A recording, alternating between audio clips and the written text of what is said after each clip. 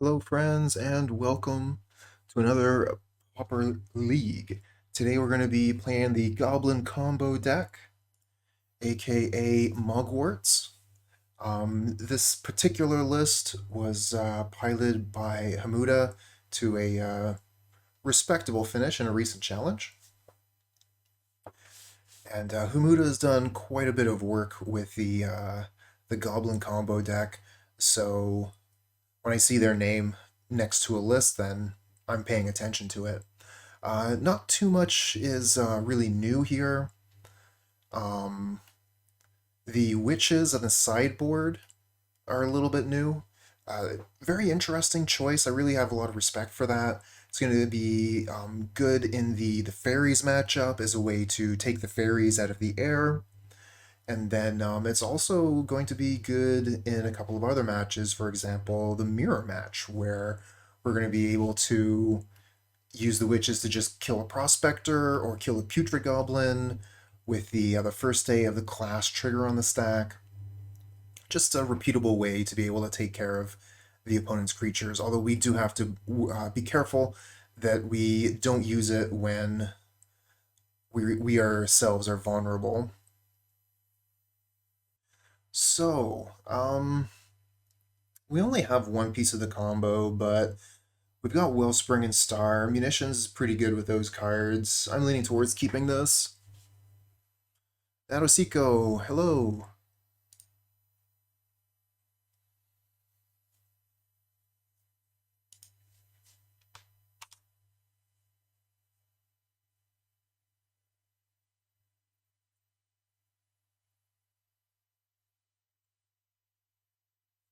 Ooh, okay. So might be playing against Jund. That's cool.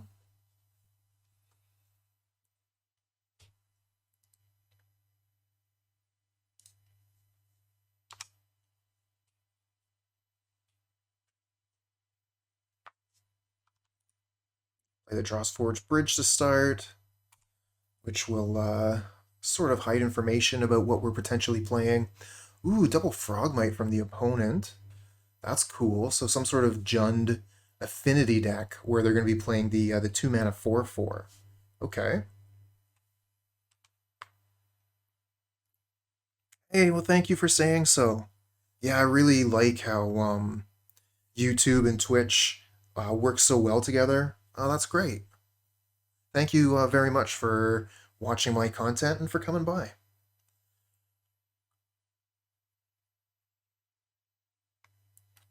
Leaning towards playing a Wellspring, but just like Star Prospector might be fine.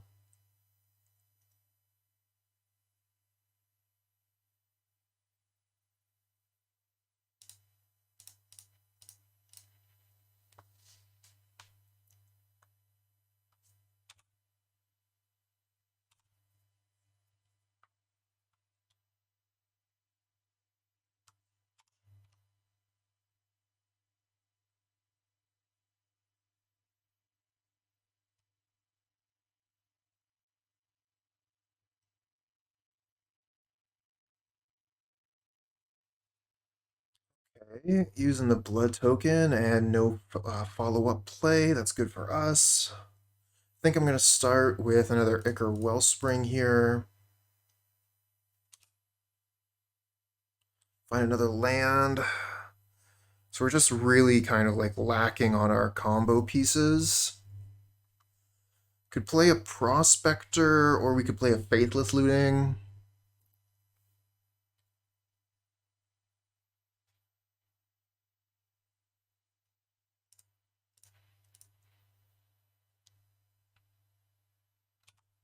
Could have also played Chromatic Star there.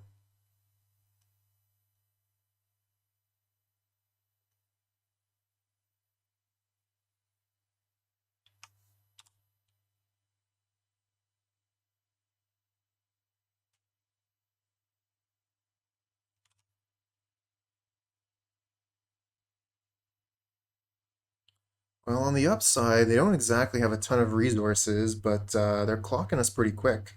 And we are just not drawing the cards we need to find.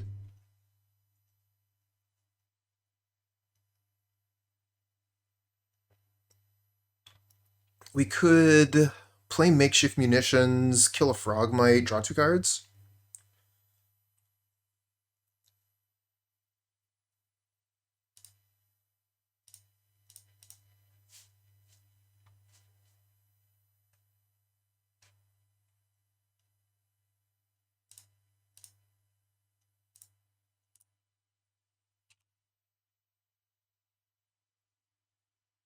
Okay, good draw.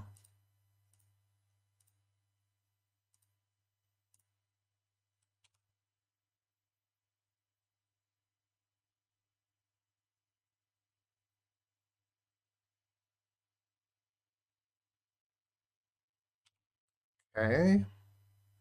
We already have the Unearth for the Prospector, so the Matron isn't really getting us anywhere. We need first day of class at this point.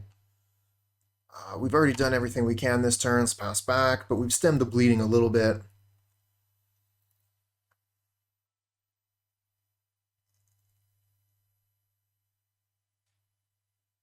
They'll get us down to 10 here instead of 8, so they won't be able to just kill us with 2 Galv Blasts. Although if they do have Galv Blasts in hand, then we are in trouble regardless, because they'll be able to respond to our combo.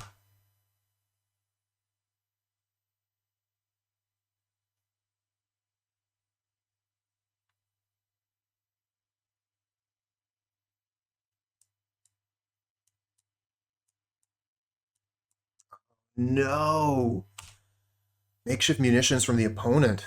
We're going to have to use the Goblin Matron to get rid of that. Okay, there's our first day. So we're almost there. Hey, Drac.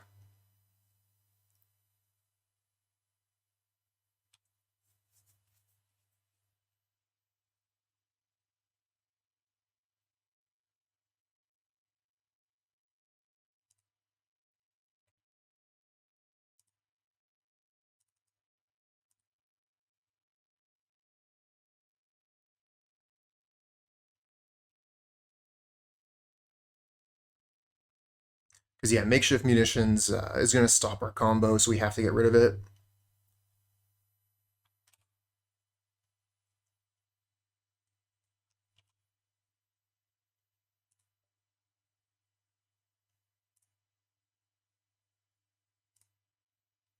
Hey, Titan. Good morning.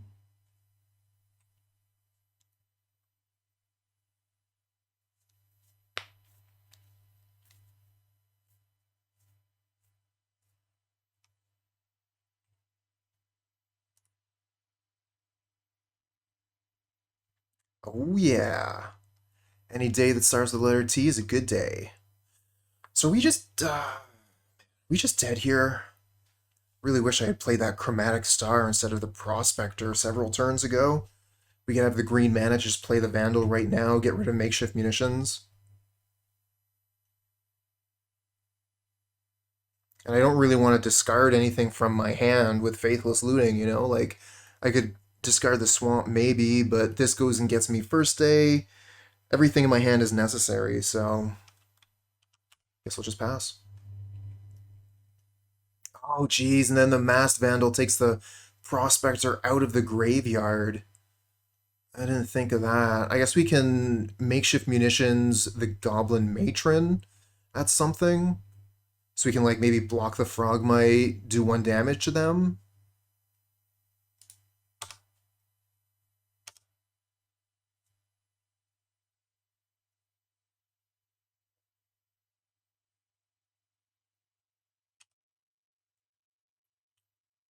And we're dead. Because of Makeshift Munitions. Yep. Alright.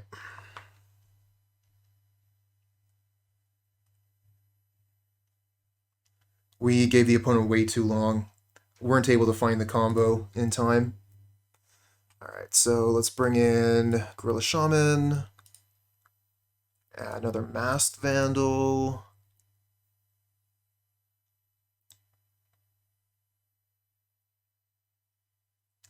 Makeshift Munitions aren't very good in this matchup. What about Duress? Do we need a Duress for this opponent? I think a lot of their problem cards are going to be creatures like Krark-Clan and such. And then if we're worried about Krark-Clan, do we want to bring in the Witches? I mean, I guess we got Makeshift Munitions for that. Maybe we do want to keep both just because of Krark-Clan.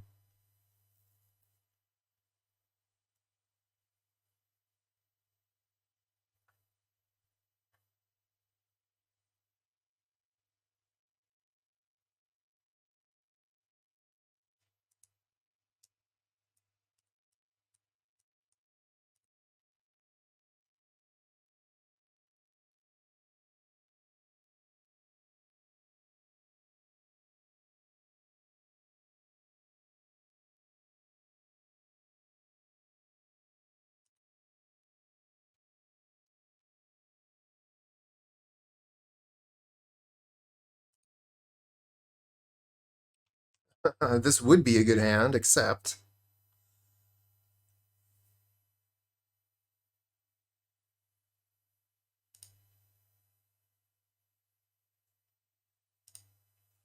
Keep this one, get rid of one of the Unearth.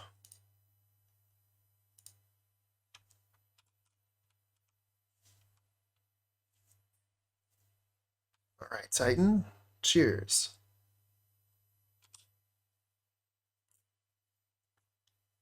Okay, we got the combo. Now we just have to deploy it.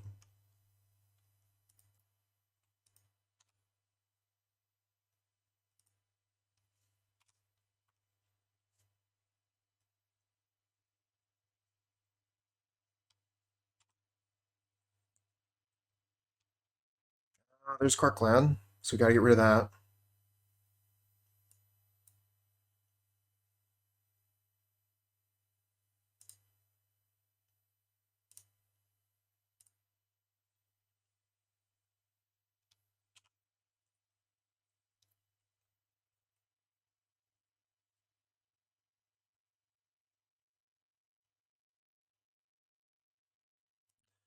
Makeshift Munitions, wow.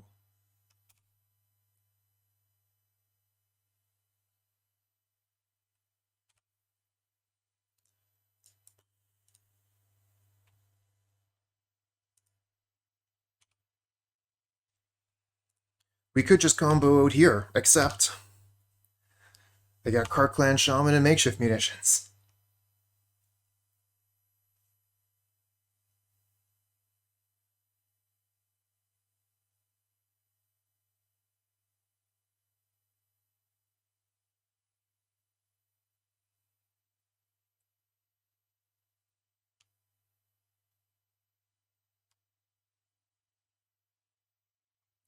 Every day, Titan Rising. Every day.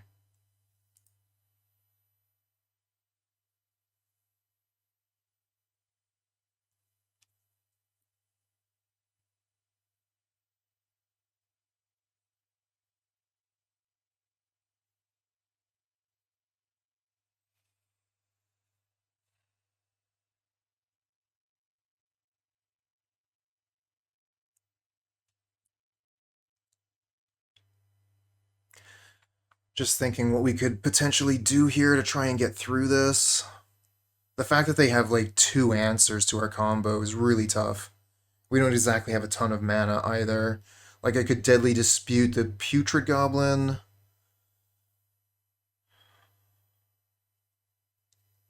Try and find a land here. We've got double Unearth, so we can bring them back. I'm thinking like we probably have to try and force them to try to stop our combo.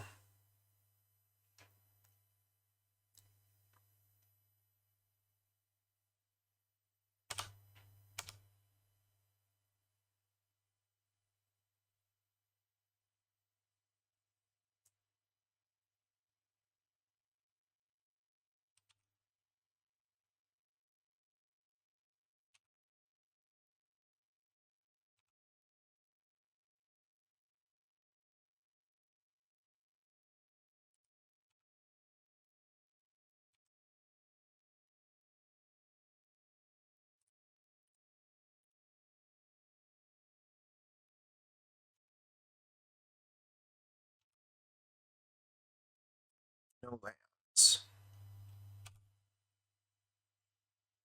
There's one.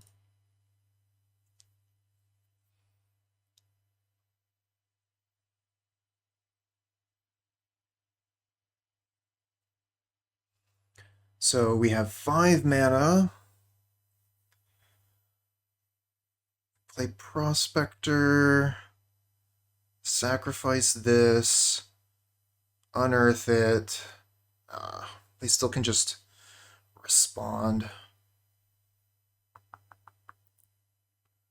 Maybe we could go first day first, and then play Prospector.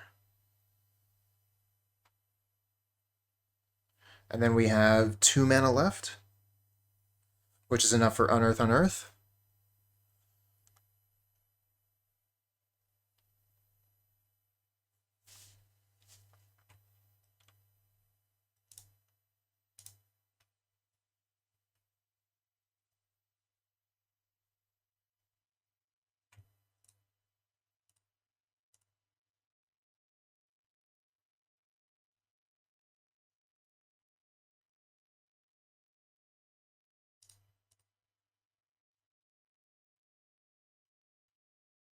Oh, wow. They let me put the counter on the Prospector. That's very generous of them. Figured for sure they would just Krark-Clan there and take care of both my critters.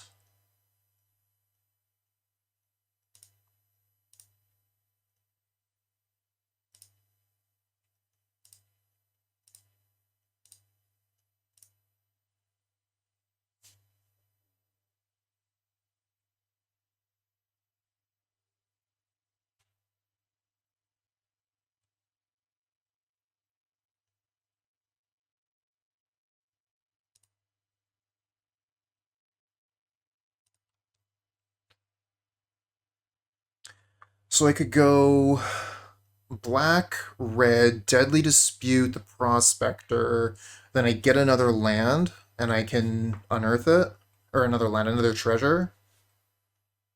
So I still have the mana to unearth from there.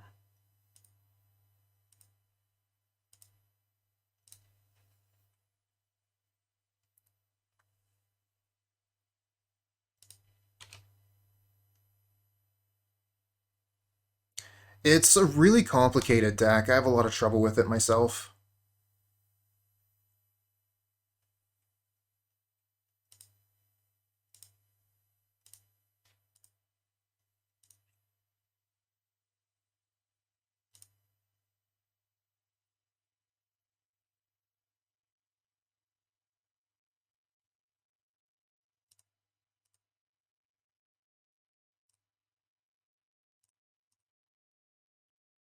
So now they're going to have to sacrifice a bunch of their artifacts to keep us from comboing. I guess technically they only have to sacrifice one. That's a pain. Okay, they're going to go for 2.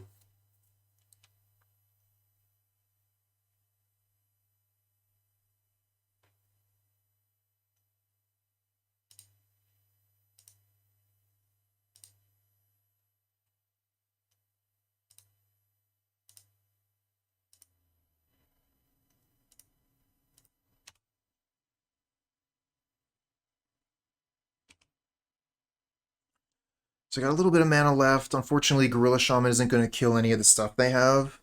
So I'm thinking I'll probably just play, maybe even just Introduction to Prophecy here.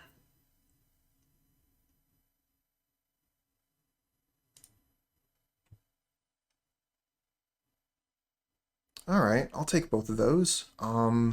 We played a land this turn? I think so. Yeah, I did play a land already.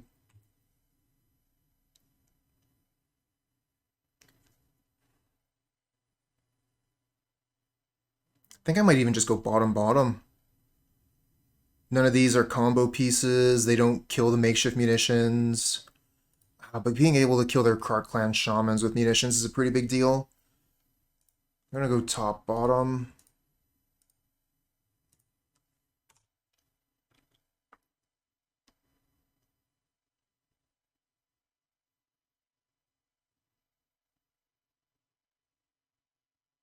Haha, another Krark-Clan Shaman. Got the makeshift munitions for you this time.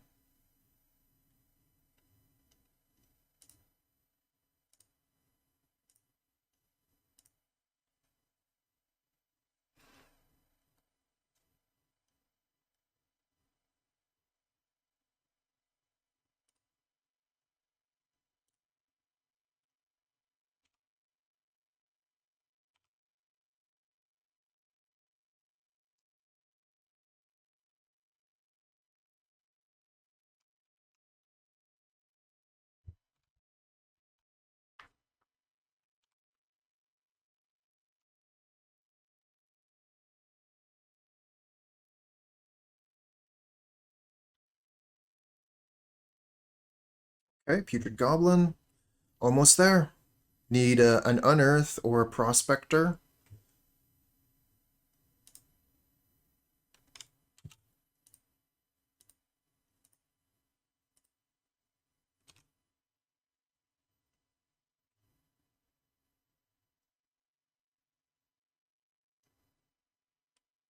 A Masked Vandal, good draw.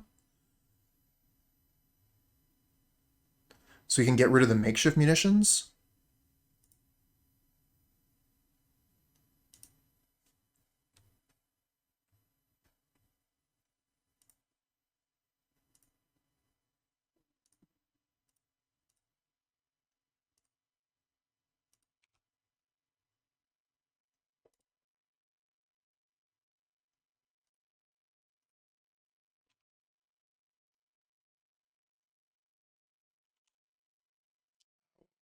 Get rid of a Putrid Goblin because we have another one in our hand.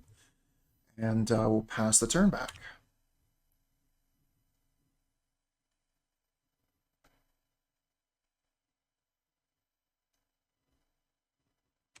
Okay, they Reckoner's Bargain. So many ways to draw cards with the opponent's deck. Reckoner's Bargain, Deadly Dispute. And then, you know, they can potentially just gain 7 life with this card. Alright, I think it's time to blow up a couple of their lands.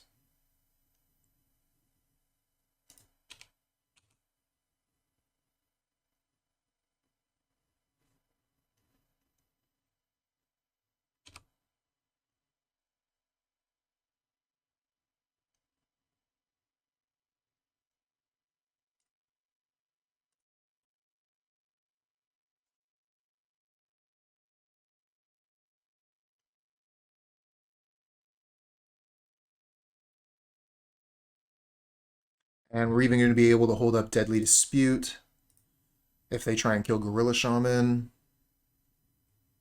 which they almost certainly will. There it is. Get rid of the Vault of Whispers too.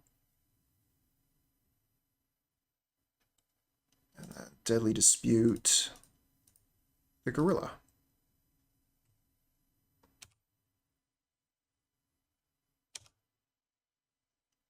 Play Vault of Whispers. So we've got 2 mana here. We could play Putrid Goblin.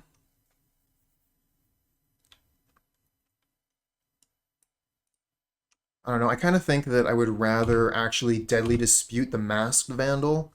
Keep on trying to find combo pieces.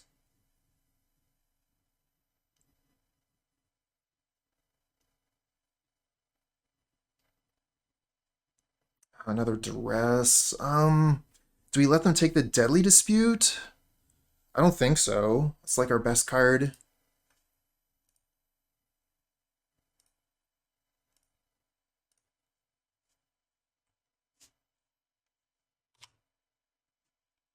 They can take a first day, we'll keep 1.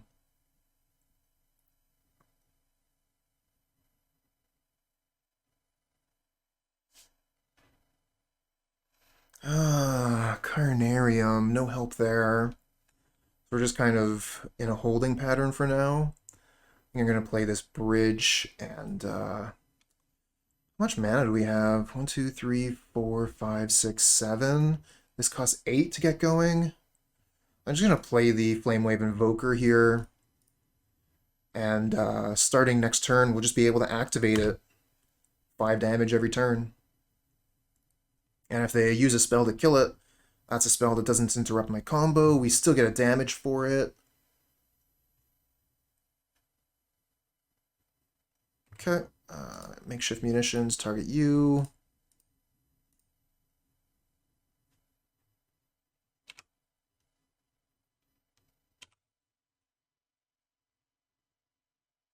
Woof.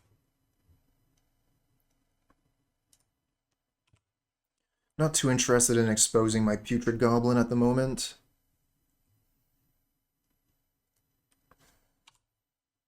Oh, that's a pain. Lets them get their Krark-Clan Shamans back, fortunately.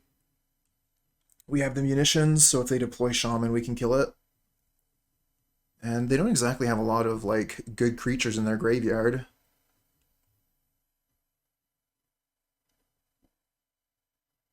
Oof.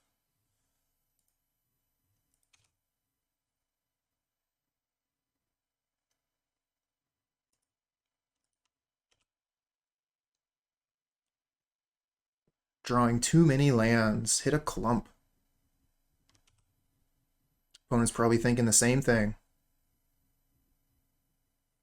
Shred memory. Oh, that gives us a lot of things, but it doesn't get us the exact things that we're looking for.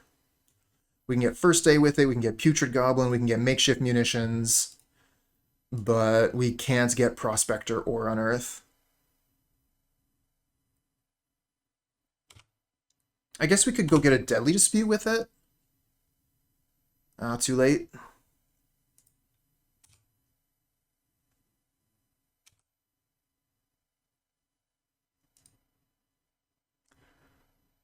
Oh, take all the land you can give me.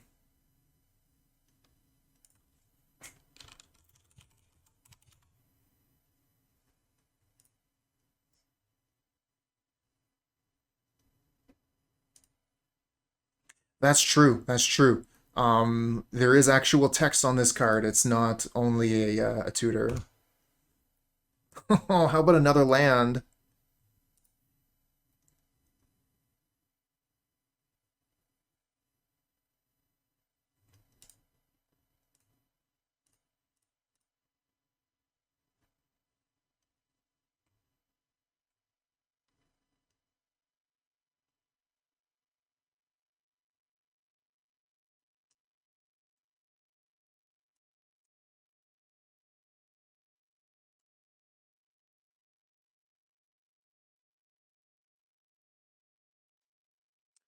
We've used all 4 Deadly Disputes already.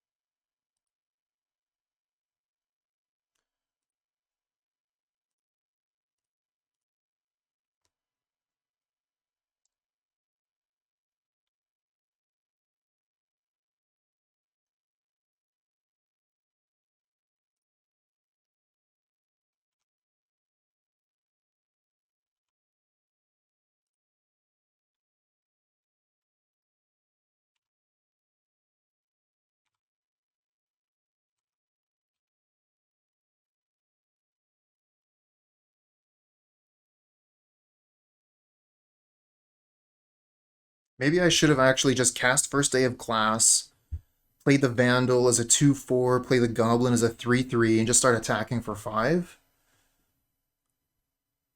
Makeshift Munitions is good for 4 damage, plus the creatures. That would have given us a clock. Maybe we could just win that way. Well, okay. So we have the combo.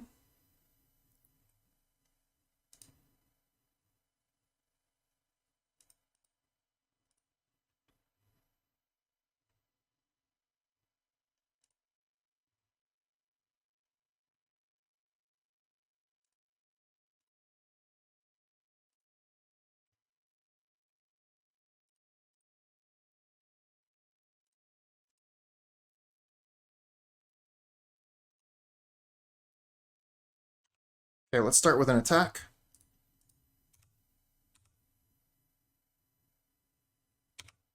They only have 1 card in hand, so if they like try to stop our combo from the attack step, then we just get to make infinite mana.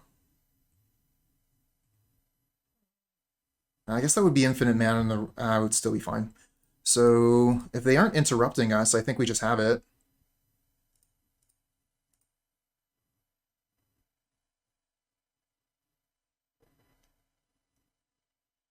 Yeah.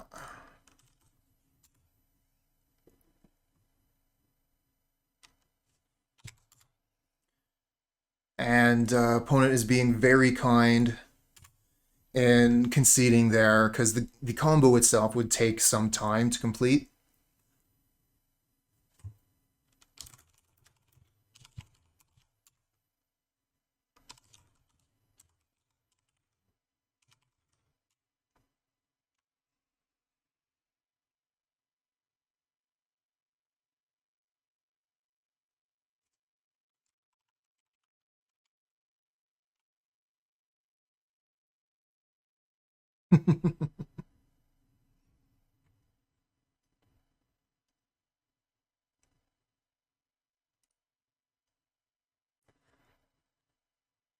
Yeah, if there was no interrupting, this deck would be really strong.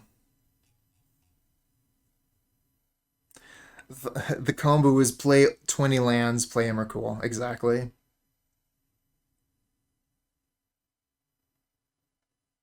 Alright, I mean, we got Gorilla Shaman, we got Prospector, Deadly Dispute, both of our colors. I'm going to keep this.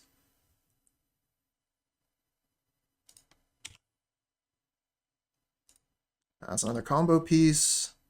Just going to throw a Prospector down, make them respect it. We've got a backup.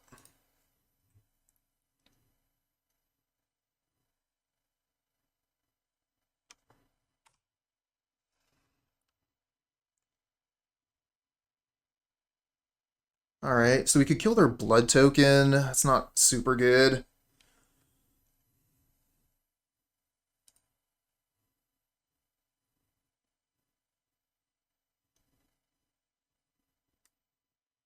What else are we doing?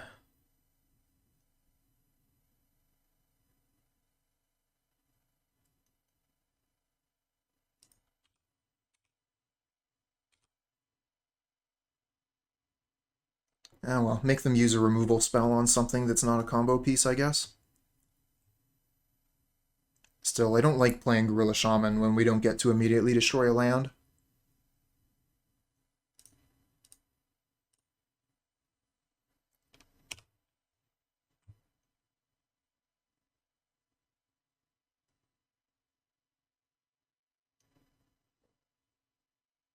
There's the bolt.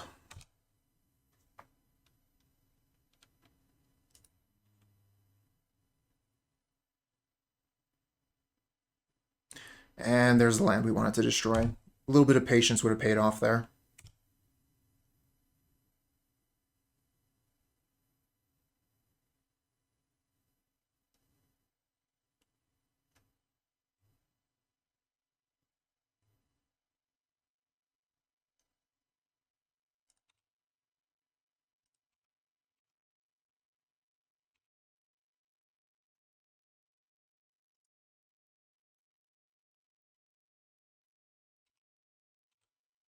I'm not going to play the second Prospector, then we potentially lose them both to a single Krark-Clan Shaman. I played two lands like that. Really kind of regretting the early Gorilla Shaman play.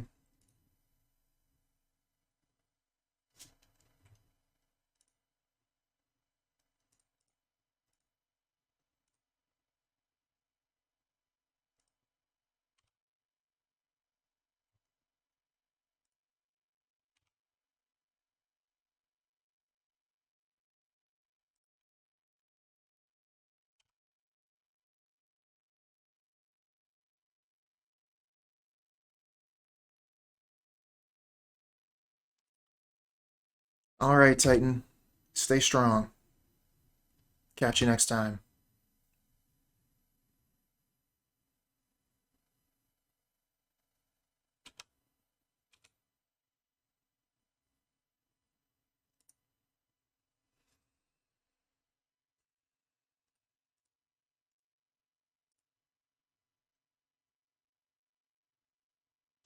Well, looks like they're taking my Unearth here.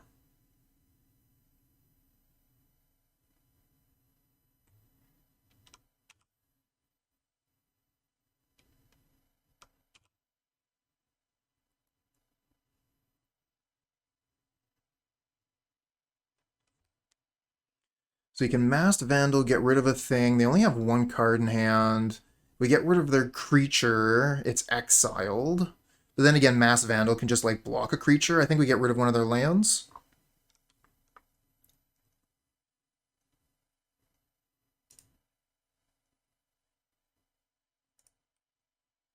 Actually, hold on. Oh, right, we lost the Unearth. I was thinking, like, we just Unearth Gorilla Shaman, blow up two lands. No, we lost Unearth.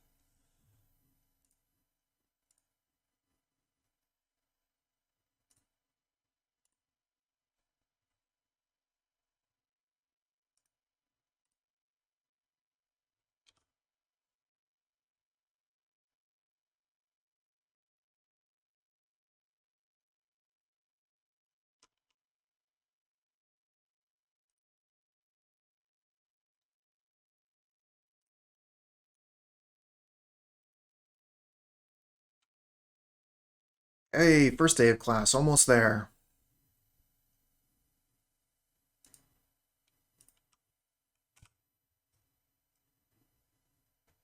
Still have to get rid of this, though, first.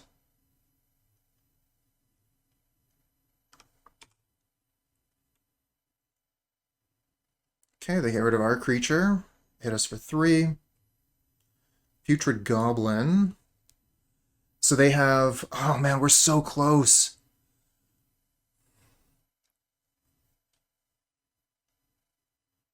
Hey there. The thing is, like, we have the combo, but they have the answer. They'll have to sacrifice their Frogmite plus a land,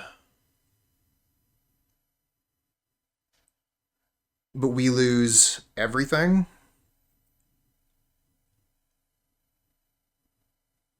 I guess we don't lose this, and this was replaced.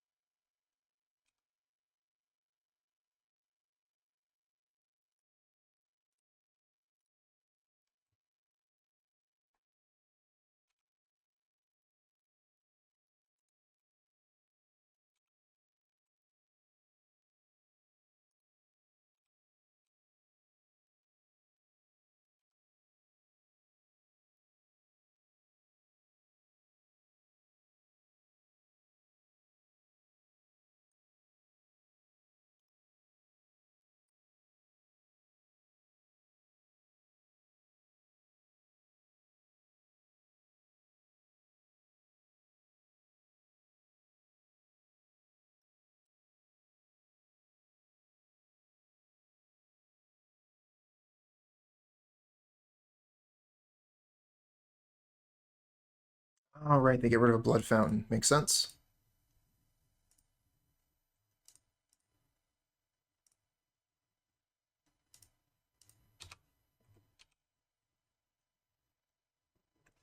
Do we just play the Flamewave Invoker? 1, 2, 3, 4, 5, 6, 7.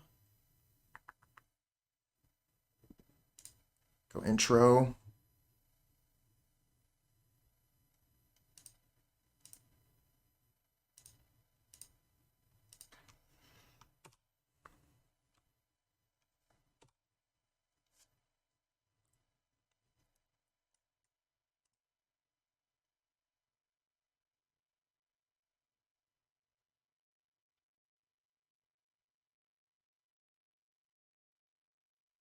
No, that's a solid option.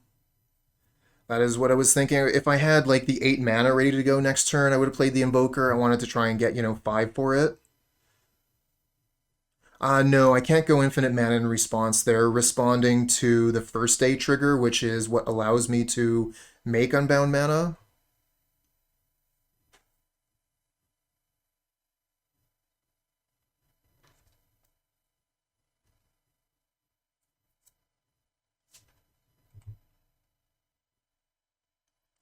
Already used our Masked Vandal. We have another Masked Vandal.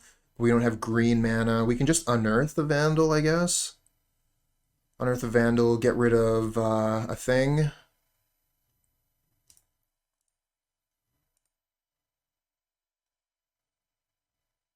Unearth the Gorilla Shaman, I guess. Blow up 2 lands.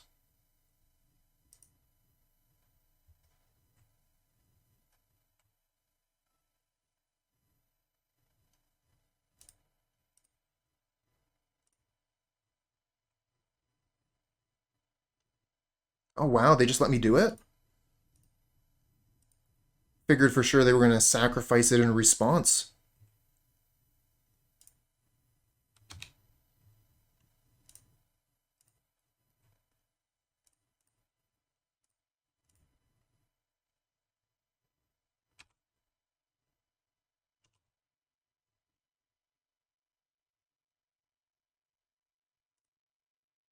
Yeah, I know, we're in the red. Thanks, though. Favorite guild? Golgari.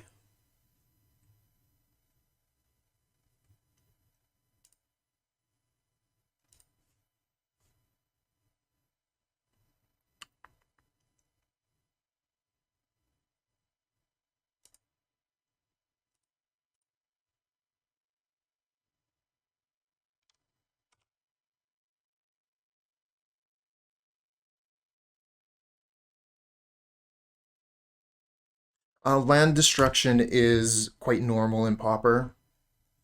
You see a lot of it.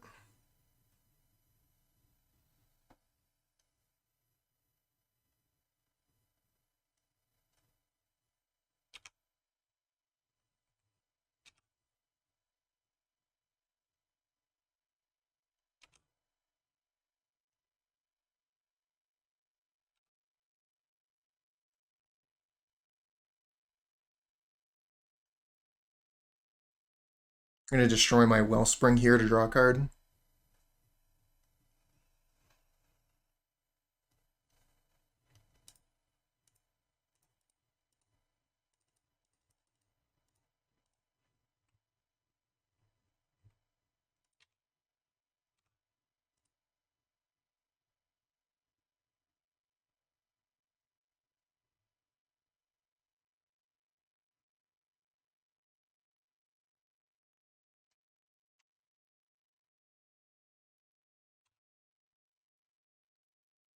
That draw. That's a good one.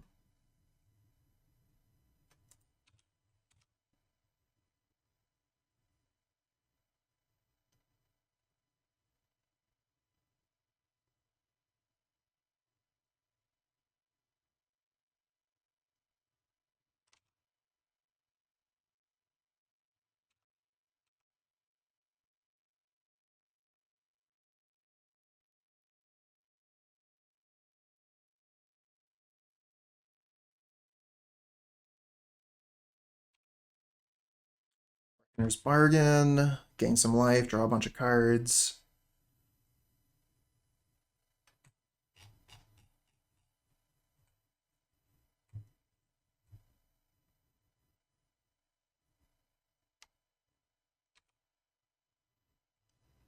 Alright, I'm going to Deadly Dispute the Matron.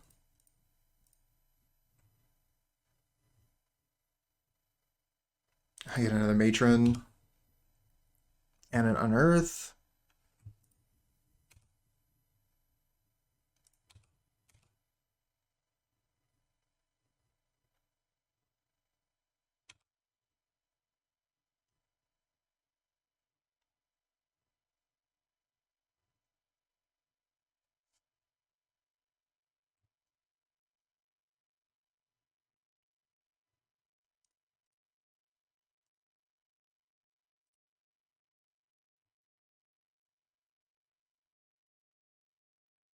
Oh, that would have been a good one.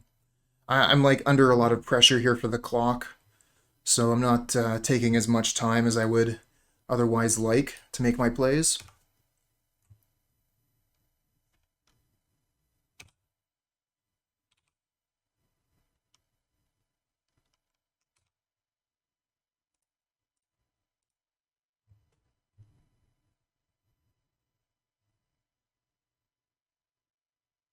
Deals 1 damage to each creature. Okay.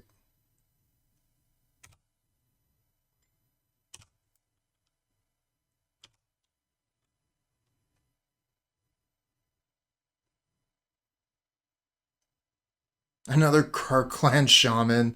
Krark-Clans for days, chat, for days. So 3 mana, 1, 2, 3, 4, 5, 6, 7, 8. So we have enough to invoke.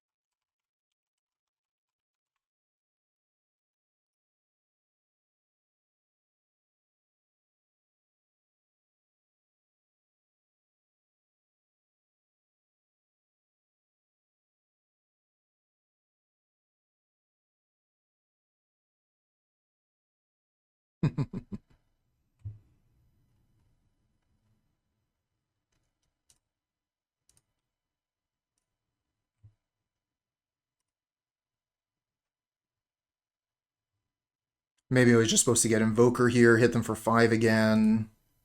I don't know. Tax their lands.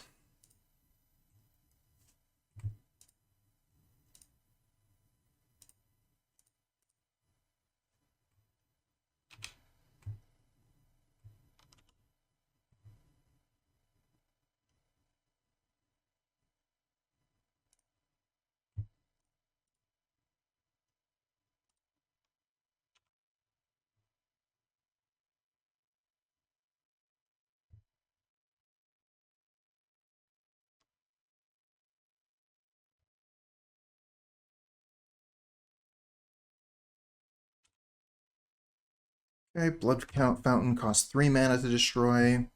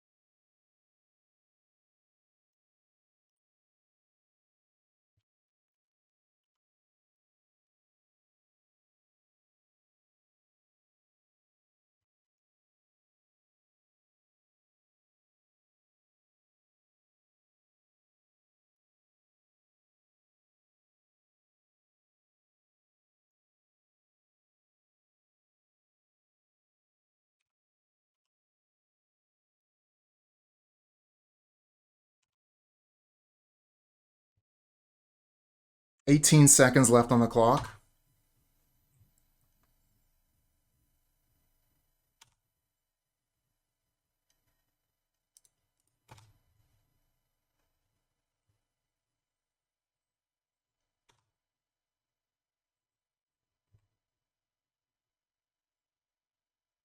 Oh, come on.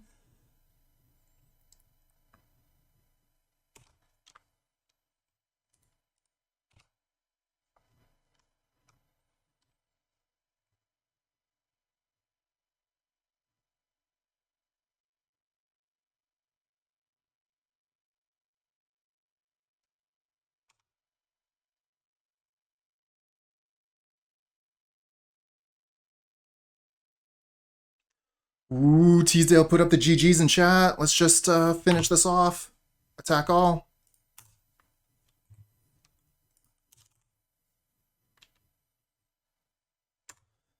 Oof. Wow, that was some match of magic. This hand is quite mediocre. We've got 2 pieces of the combo.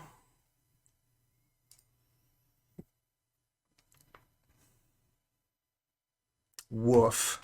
Makeshift Munitions is good at least.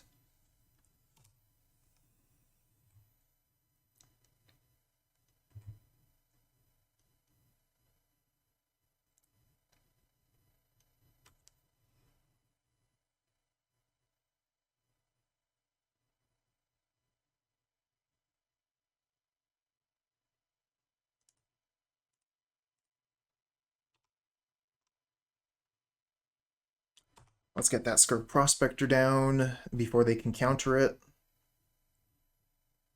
And is this going to be a ninja? Yes, indeed. Here comes Ninja of the Deep Dish Pizza.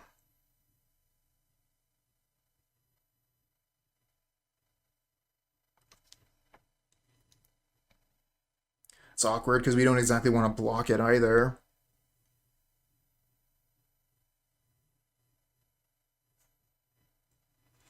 Yeah, I've come back to Moggwarts a couple times. I really enjoy it, but it also kind of frustrates me because it's so hard to put the combo together.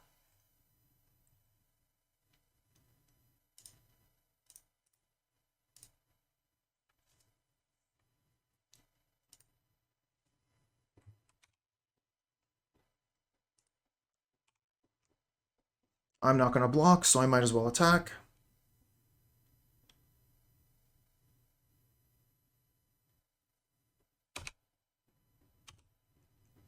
Yeah, and another thing, Teasdale, when like my timer goes into the red, I find that my play patterns get way worse.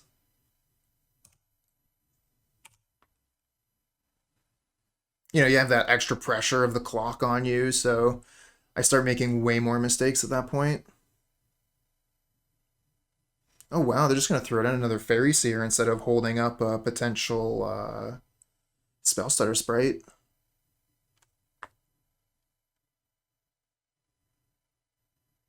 Ooh, Snuff Out on the Prospector. Got the Unearth for it. Problem is this Ninja.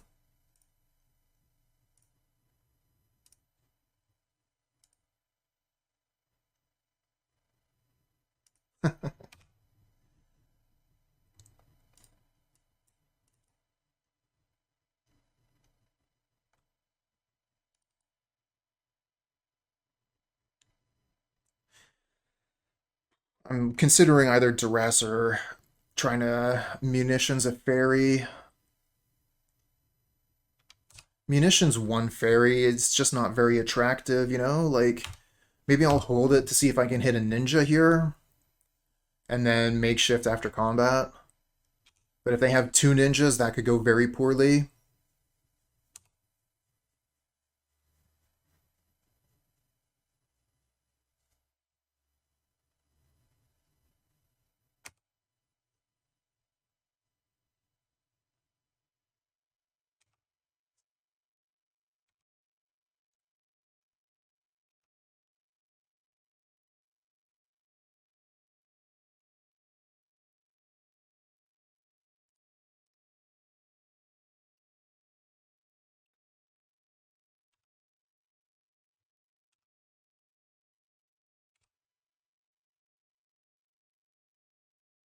Alright, well, I could play the Flamewave Invoker just as a way to block. Means we don't get to do anything else. Could actually Faithless Looting and then Unearth a thing.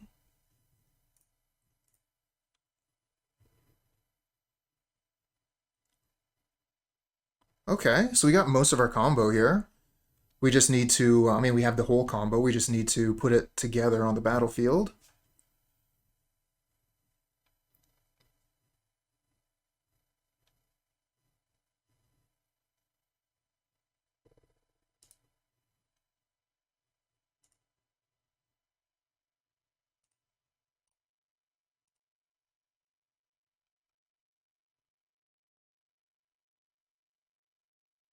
Counterspell. So we've got the Unearth to get that back, Shred Memory to go get First Day, so we'll probably go Duress, Shred Memory for First Day, and then try and combo next turn.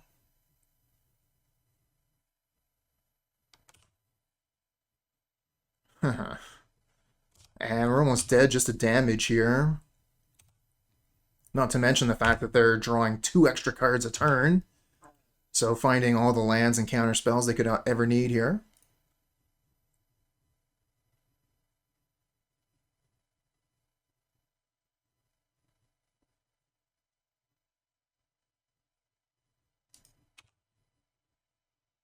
Another Unearth.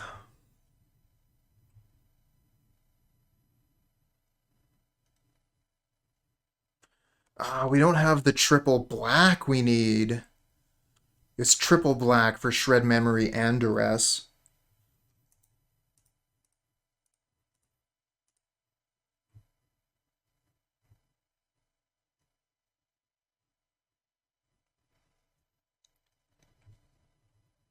Get first day, and pass back. They're going to have way too much counter magic for us to get through.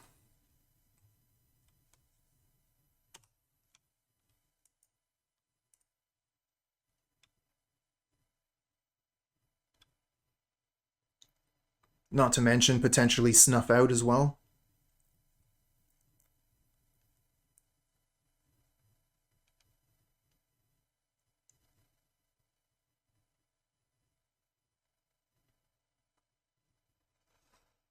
It's unfortunate, but Faeries is a difficult matchup for this deck.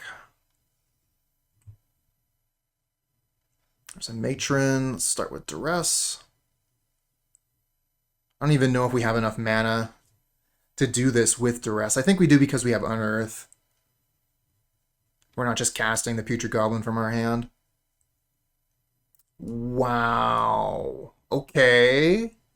That's a good one. I guess we just concede to that.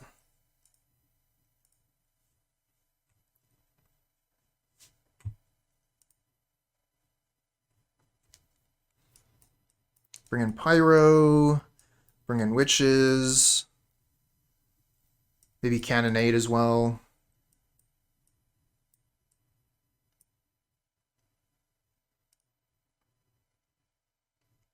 Take out Faithless Looting. Masked Vandal.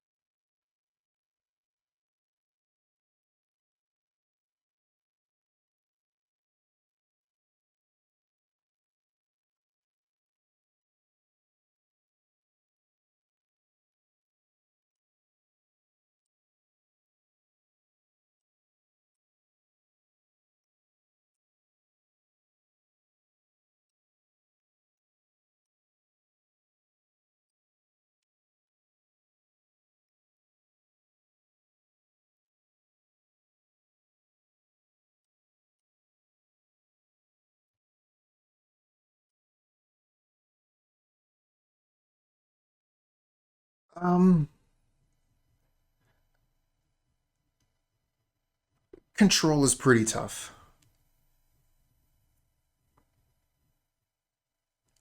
Because there's a lot of axes to be able to interact with our deck.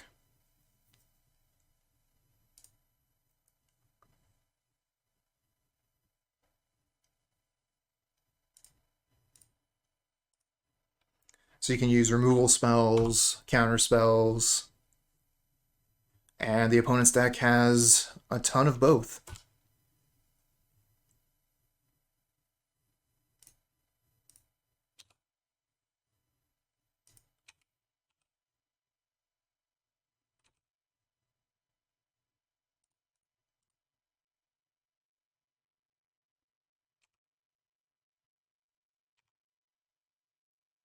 Okay, so we got all the pieces. We just need to put them together.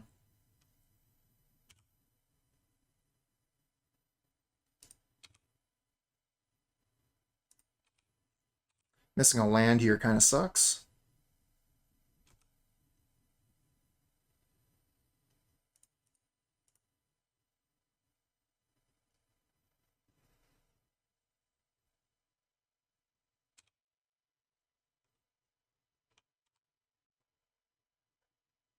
Loader J, thanks for the follow, friend.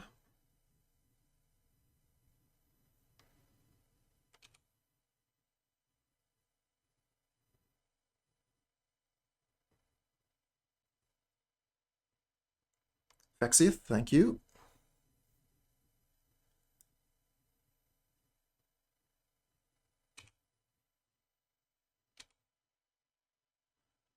Okay, there's the Putrid Goblin.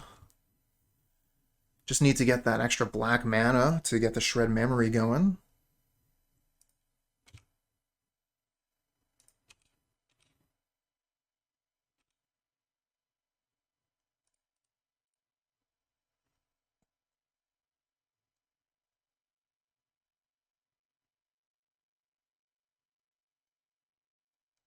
Yeah, we'll just attack them with our goblins. Echoing Decay on Putrid Goblin. Sure.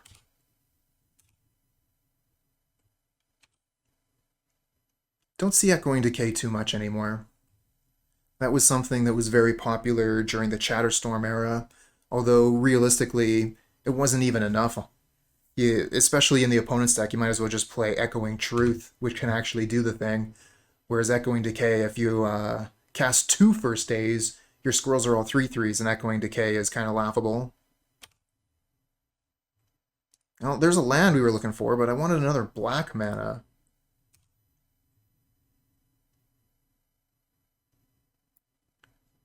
And here they're going to kill both my critters.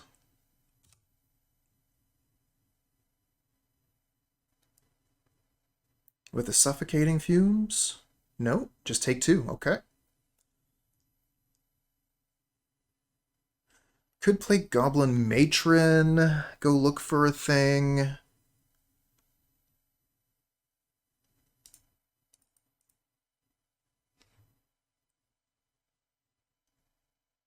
Kind of worse against Suffocating Fumes. Oh, they just Hydroblasted, huh?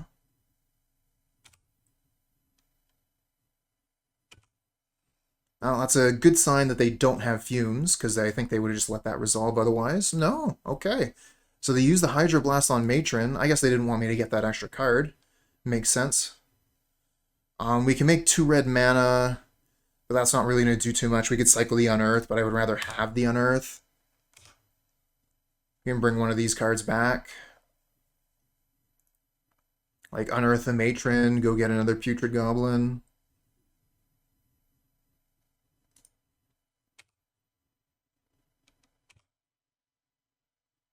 Well, on the upside, they're running out of cards, and we just found another black mana, so let's play the Witches. Doesn't get killed by Snuff Out. And I'm also going to Pyroblast that Ninja. I guess we just have blocks for days, right? We can just block it.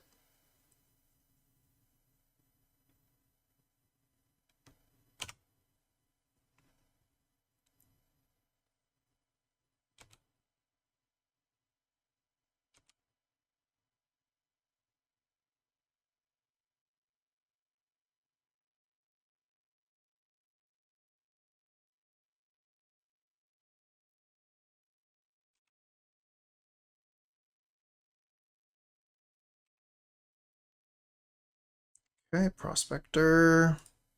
Let's transmute this.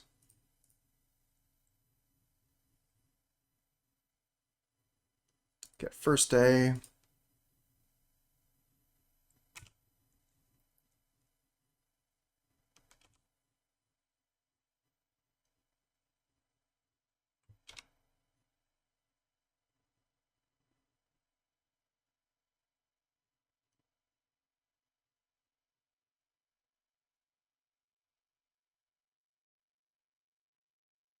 Augur of Bolus.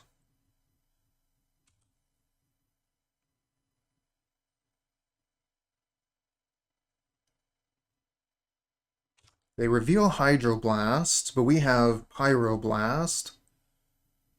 Come on, tap 1 mana, tap 1 mana. Don't have 2 counter spells. Don't have 2 counter spells. Damn it.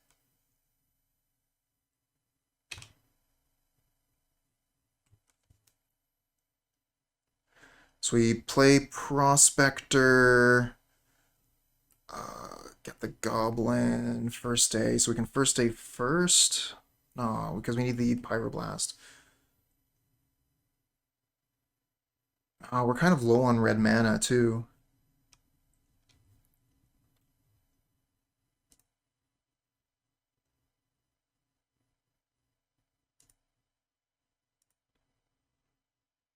We want to get the Putrid Goblin back? Yeah.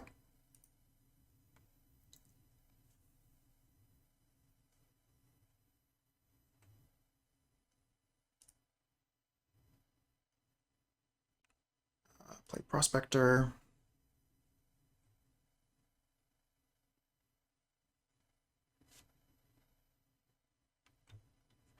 Okay, hold control.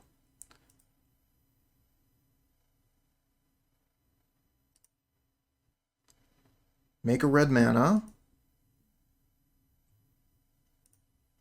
First aid class.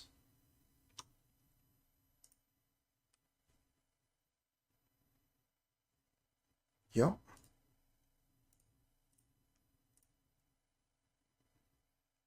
Oh, did it just work? I guess they could still have something. Like a snuff out.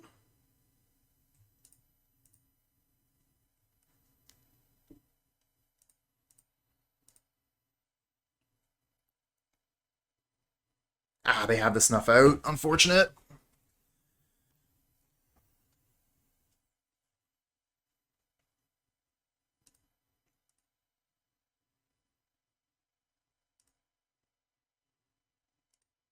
We're 1 mana off of doing more stuff.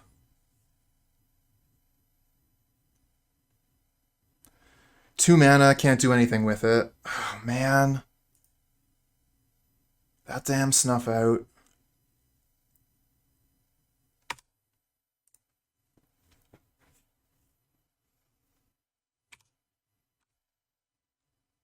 Where are my Faeries bands at?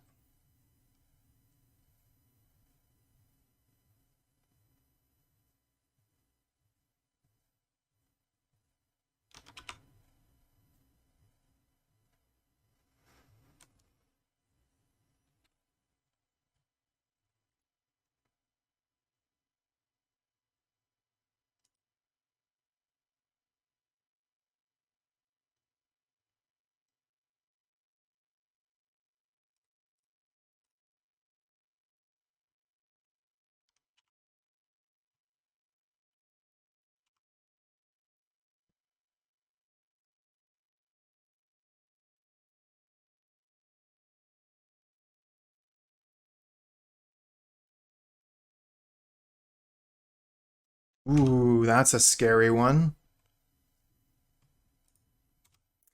Hey there, Blind. I've been thinking about it. I've been wanting to play it on one hand. On the other hand, I've never played Tron, and I'm not sure that I don't want to be able to say that anymore. So I'm still on the fence. Why do you ask?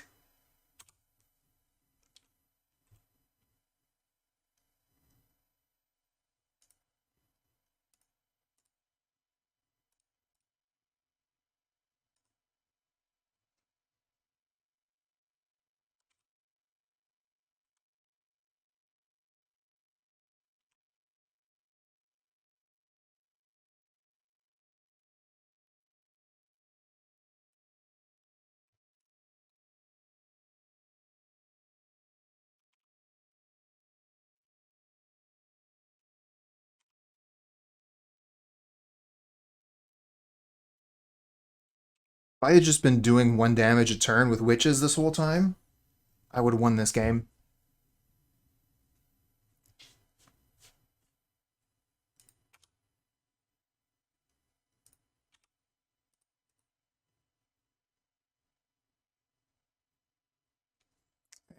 Grab a counter spell, that's a pretty good one.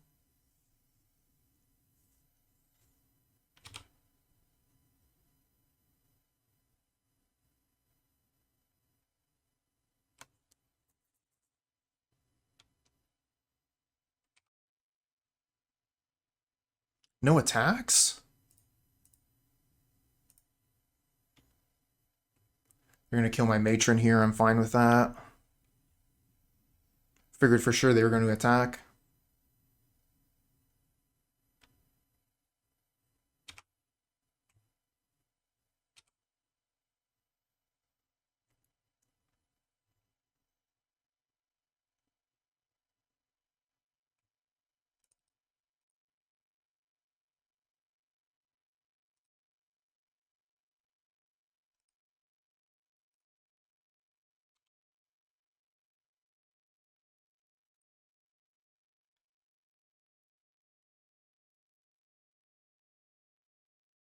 Okay, get that counterspell out of their hand.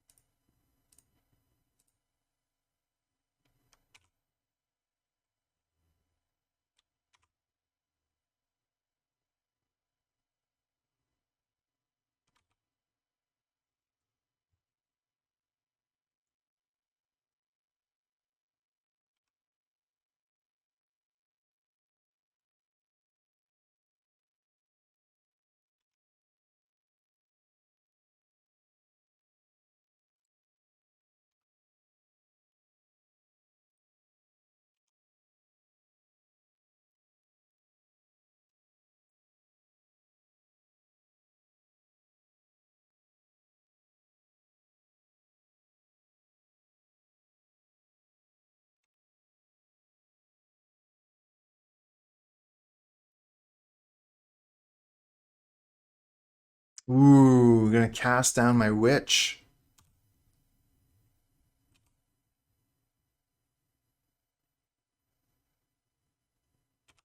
And play a fairy.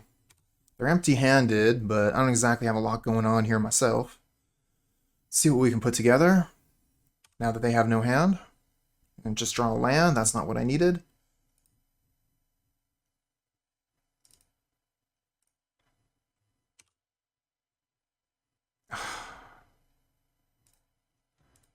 So deflated. And 2 more lands on top. That's quite the clump. Ugh.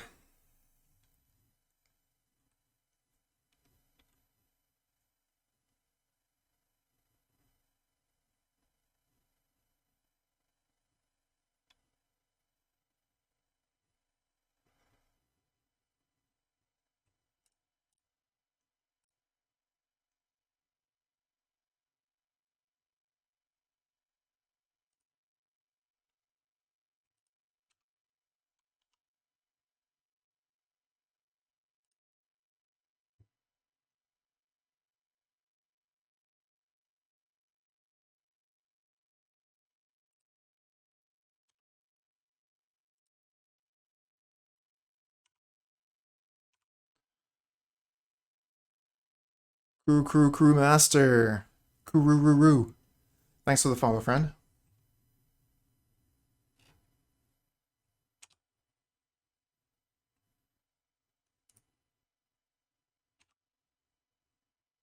We'll just take 6 here.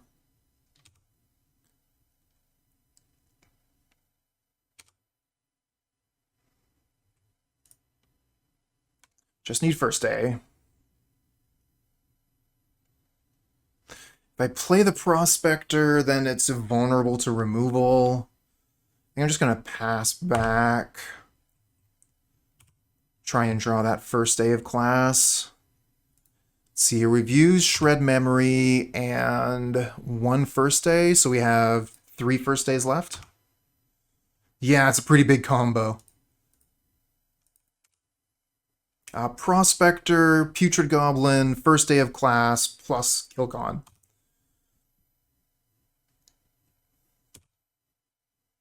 Woof.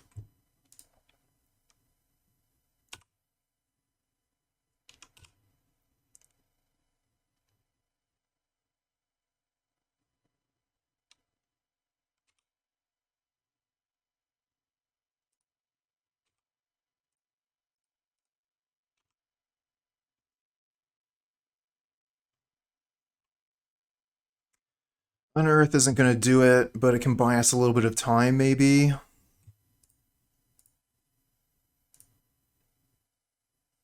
Can go get Matron.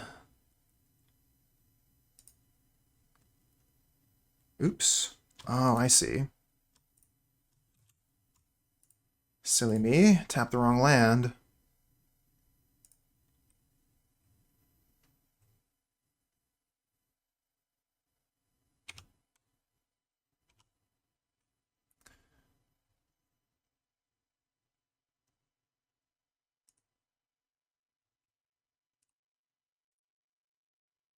Yeah, Sling Gang would be cool. Be able to really change the deck at that point.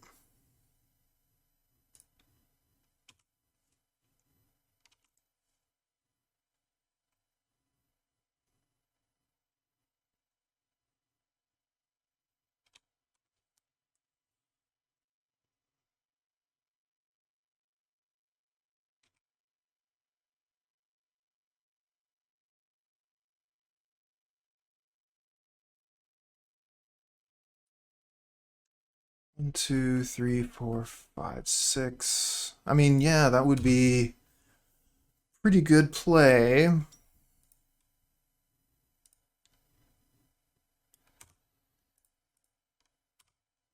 Guess I was just thinking about buying time and trying to combo.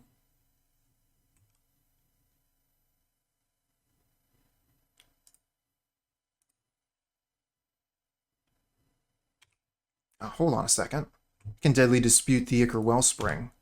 Doesn't have to be a creature. What am I thinking? Okay, let's get rid of that.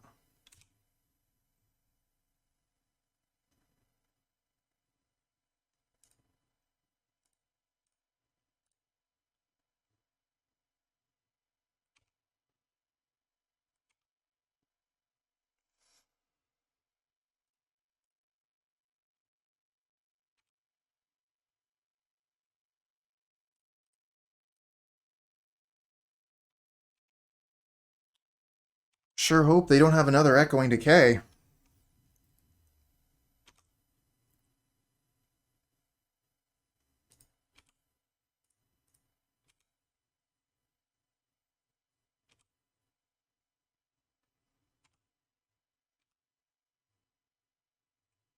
And back to drawing lands again.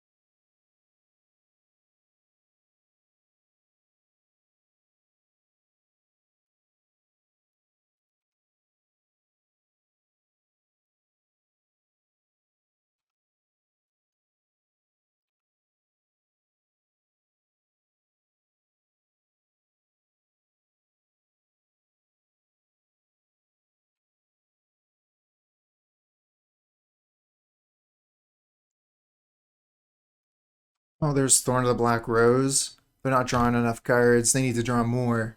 If they're not drawing more than one card a turn, they're not winning. Pauper, oh yeah.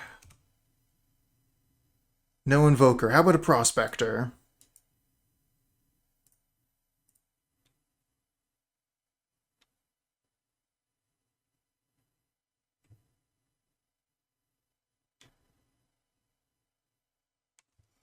I think they just attack all here. 1, 2, 3, 4, 5, 6. Yeah, attack all is death.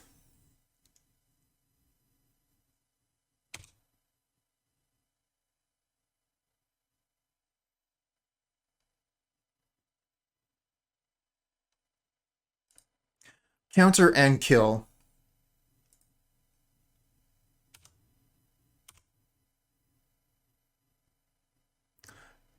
A lot of removal spells on their side. So yeah, counterspell, remove everything, attack with their stuff. Oh. I'm not dead because they didn't attack with everything, so guess I'll block and draw another card.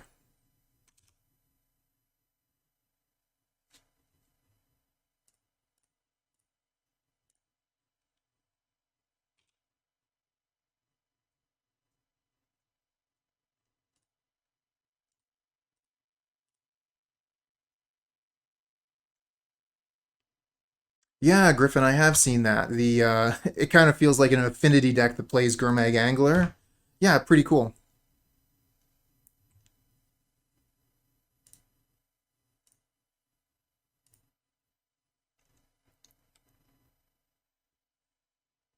I should be dead. If they had attacked with everything, I would be dead.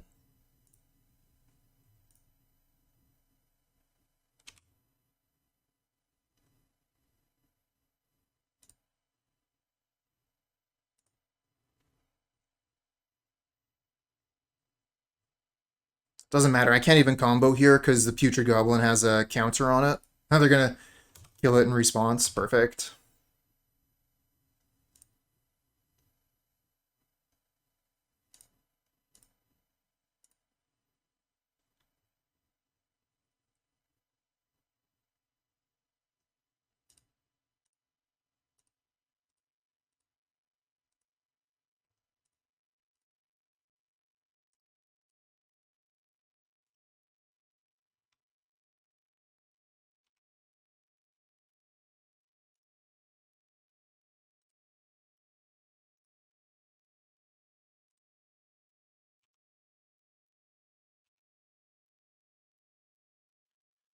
Womp womp.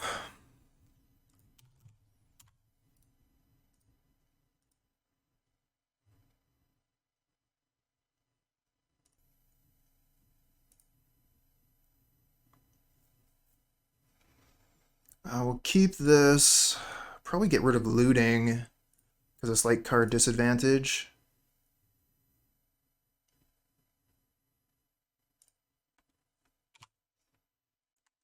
Ah, well, that's because you haven't seen me play Black Sack against them. Waha. Basic Swamp Divest. Well, you're going to have some choices there.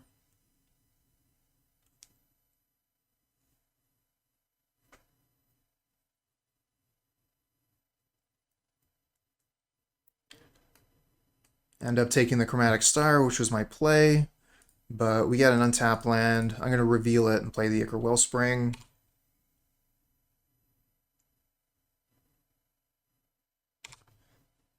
Kind of curious.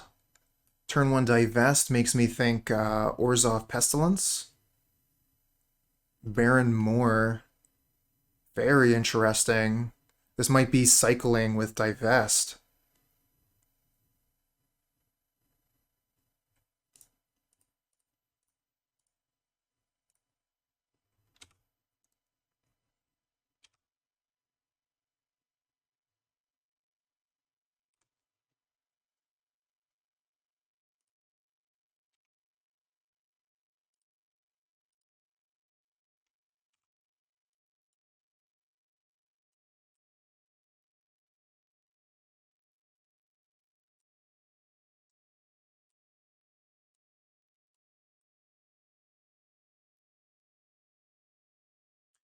It's difficult to get info on Moto records because WotC doesn't exactly give that information out. Oh, I see. They're black land destruction. Okay. Good to know.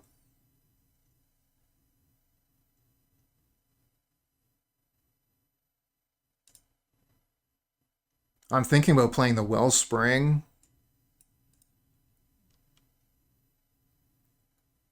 And then we can Deadly Dispute next turn.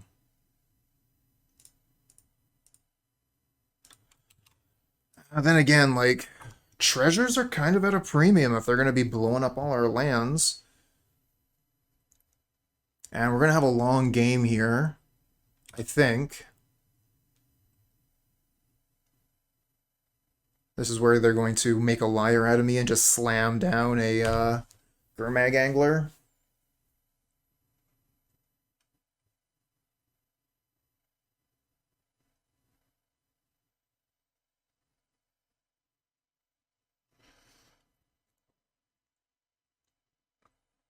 Oh, I mean, one of the problems they have are going to be artifact lands, which are indestructible, right? They cannot kill these things with their land destruction spells, but they can make me discard them with Divest. And there's the clock. So we don't have nearly as much time as I thought.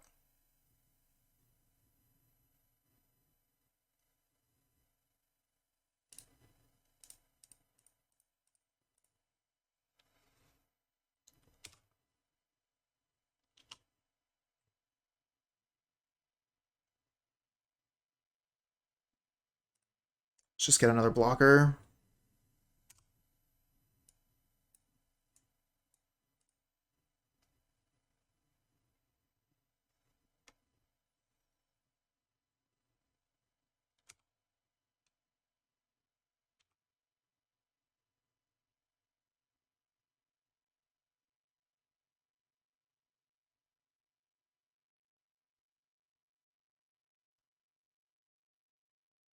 I mean, I still need a lot to be able to win, right? I don't have first day yet.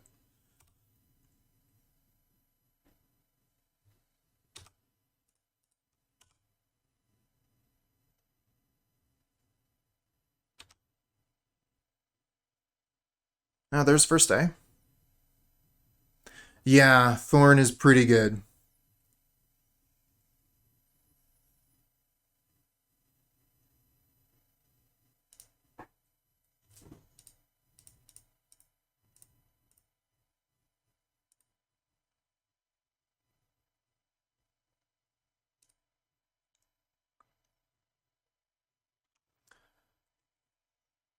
So I can play Makeshift Munitions here, but when I'm already comboing, you know, like Makeshift Munitions is basically free, so we would just be losing a treasure to play it here.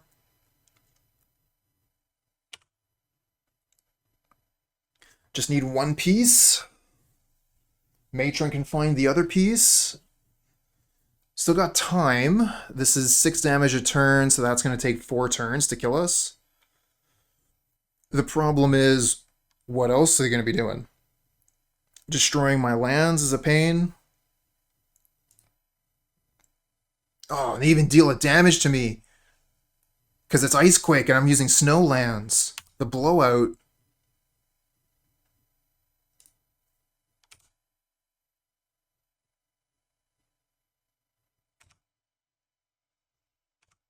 Do that a couple more times and it'll be GG.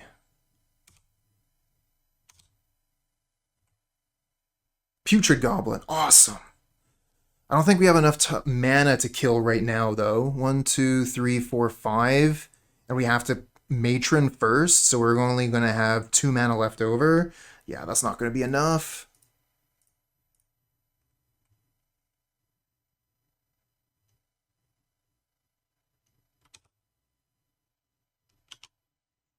Get Prospector. Pass turn. We can Deadly Dispute the Matron after blocks.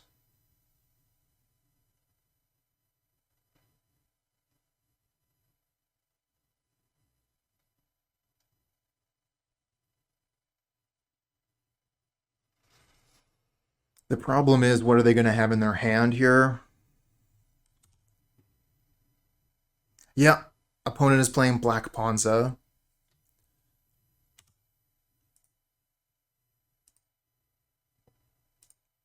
What if we just tried to, like, represent taking the Monarch? And then maybe they have to... No, they'll just use the removal on my turn anyway.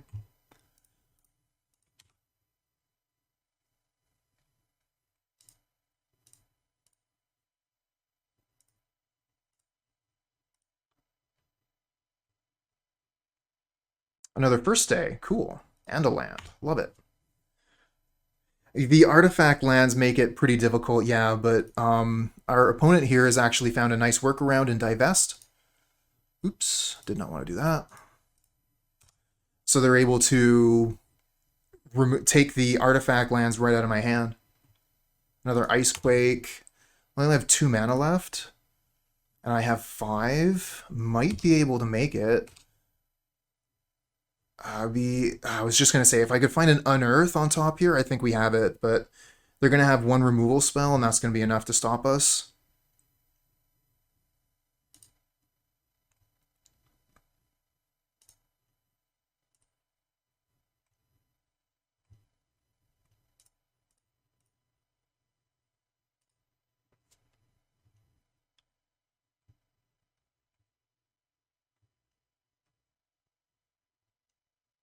Hold control. Sack Putrid Goblin, make a red mana. Cast First Day of Class.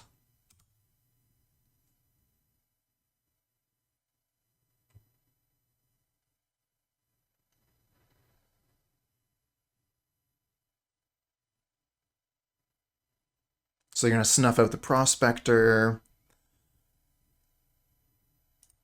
Add a mana.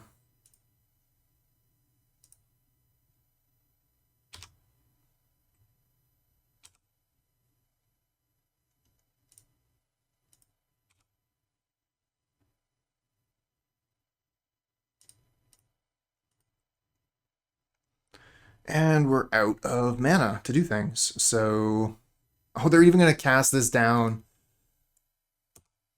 Yeah, they just had so much removal left over from being the Monarch and whatever.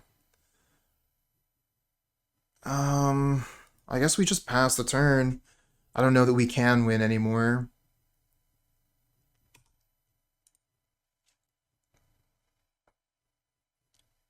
Because we're missing so many pieces at this point.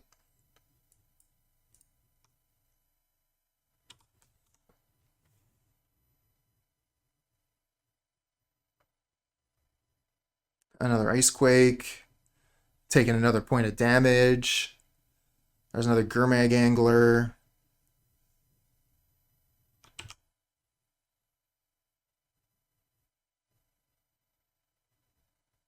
Another First Day. All right, that's just not going to do it.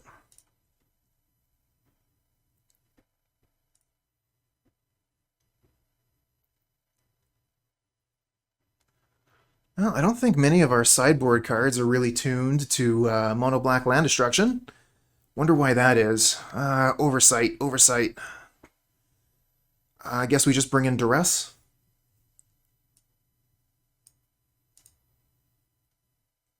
Take out Masked Vandal. Yeah, I think I'm going to have to play it. Speaking of oversights, it's been an oversight for me to have not played that deck yet.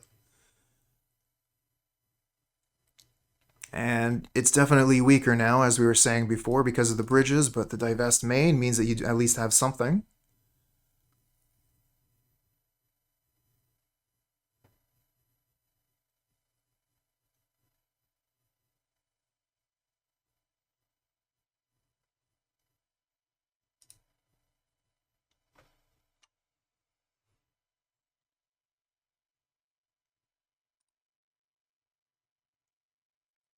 One land hand against the land destruction deck into a no land hand.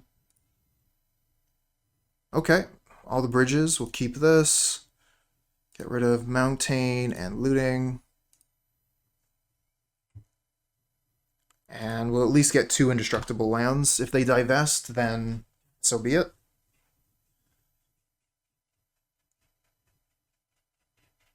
See what you're saying, always on top. Yeah, that makes sense.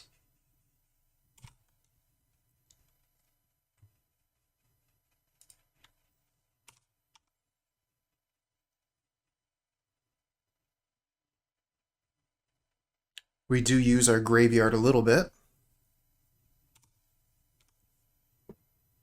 Oh, there's Thorn. So they just want to be the Monarch right away. And Thorn is going to be a really good roadblock as well.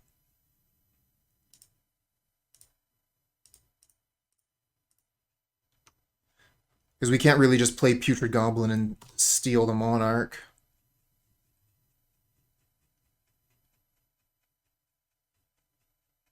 So they have a one-sided Howling Mine.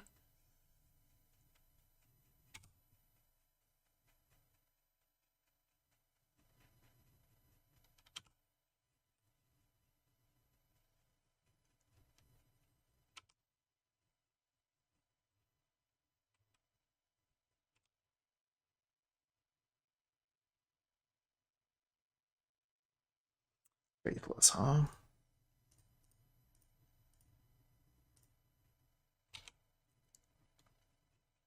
Another Putrid Goblin. Hey, that's just about everything we need.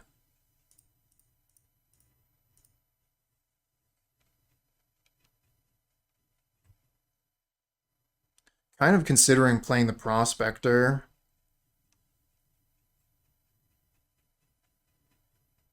Nah, they'll have removal. I was thinking like, play Prospector, put the pressure on, try and steal the Monarch. No, it's not going to work. They're going to have Snuff Out or Cast Down or something. Their deck is like all land destruction and removal.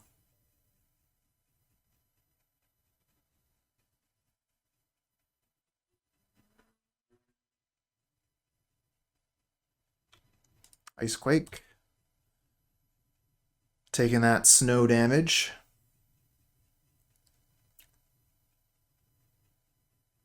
What is this? Gurmag Angler? Yep. But they are tapped out. So if we draw First Day of Class here, we might just be able to win. Unless they have Snuff Out. First Day. Another Prospector. I guess we can Faithless, see if we find it. Woof. Swing and a miss.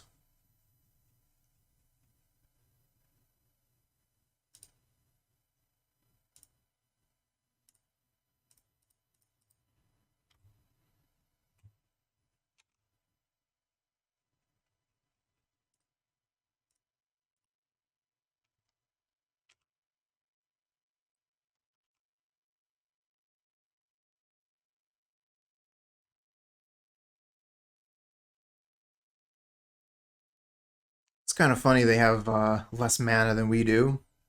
Okay. Some more land destruction, but they're tapped out again. They must have Snuff Out in hand.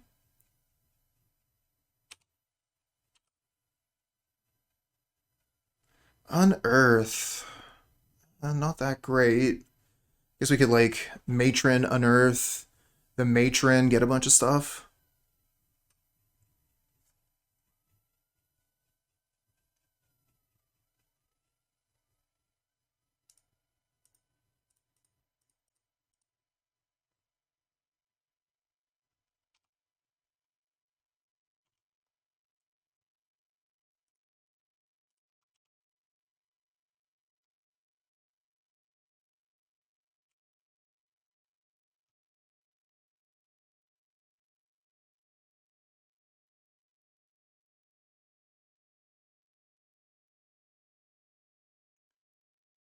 Divest will hit. I don't get an artifact this time, but it hits creatures too.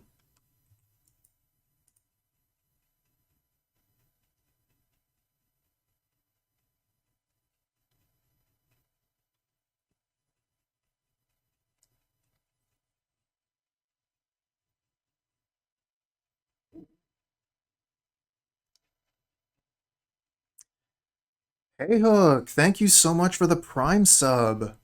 All right. Enjoy the emotes, friend. I made them myself.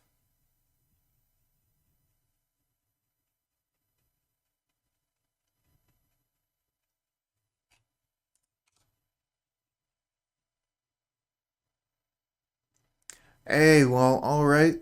Hope you have a wonderful day, and catch you another time.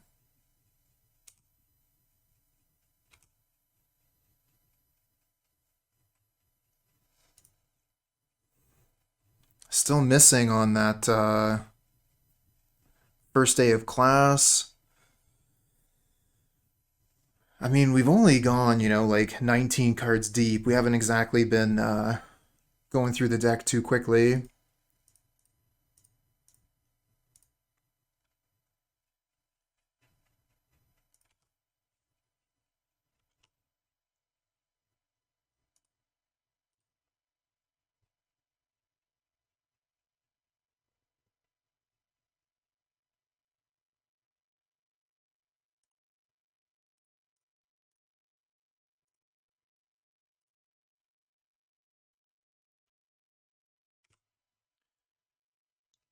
I think we'll try and take the Monarch next turn.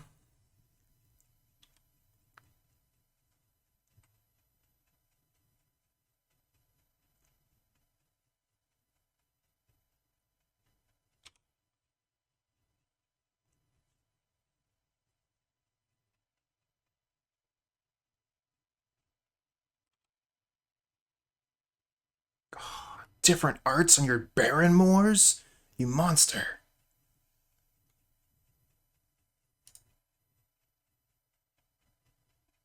Ooh, Duress hits my Unearth. Unfortunate.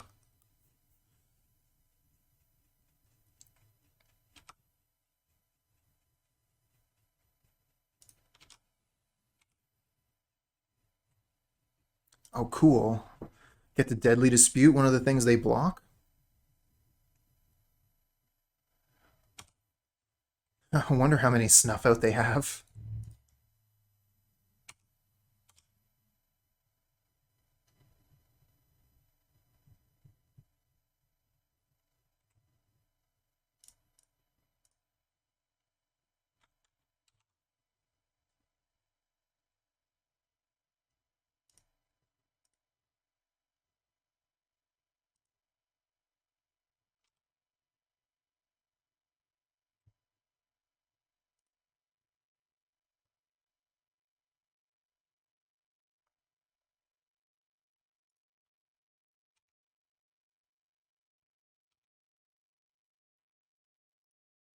Okay.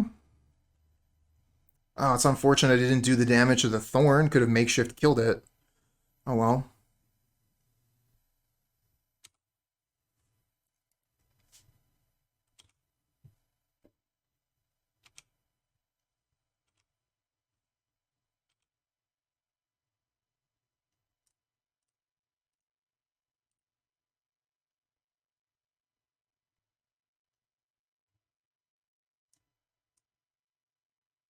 Ooh, that's scary. They're just going to be putting down fish. Fish forever.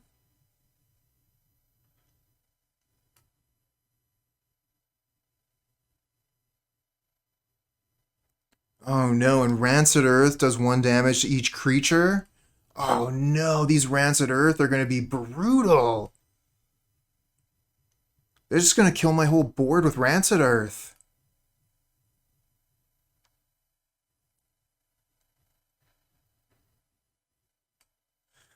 Oof, that sucks.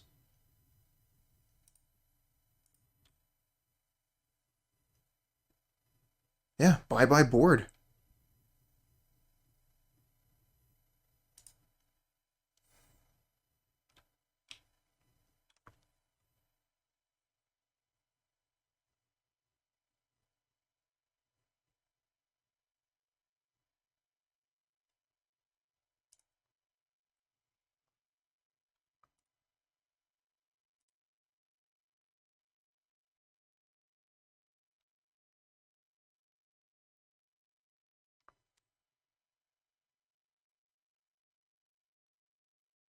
As realistically, like, there's nothing we can really do. I guess we could sacrifice a bunch of stuff, play Makeshift Munitions, and then hope we get the first day on the end step. We'd have to unearth a Putrid Goblin as well.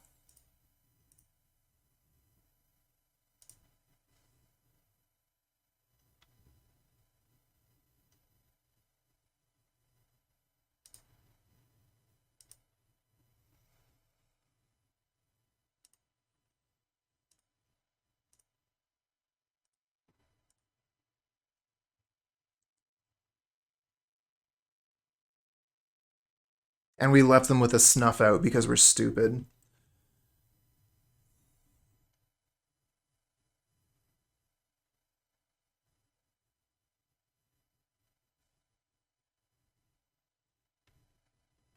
Yeah, yeah. That was the line for always on top. Take the snuff out, and then win on our end step.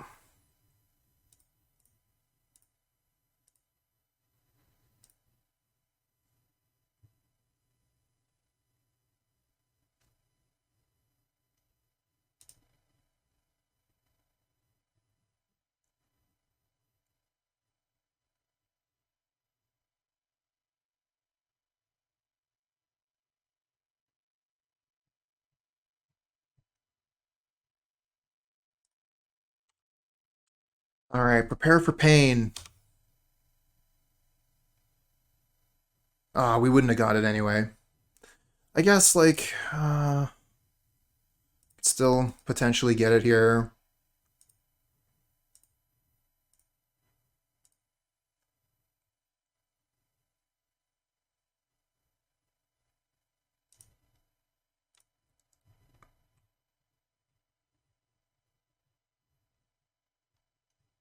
Okay, we missed. Had no chance. If we had found first day here, though, I would have been pretty upset.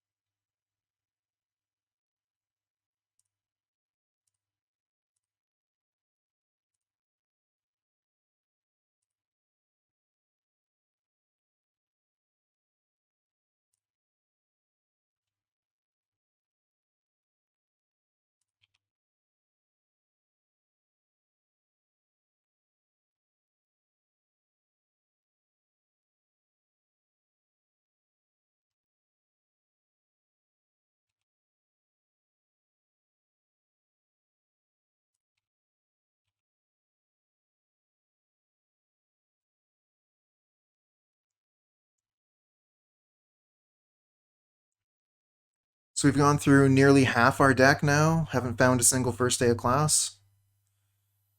one of the difficult things about playing this deck.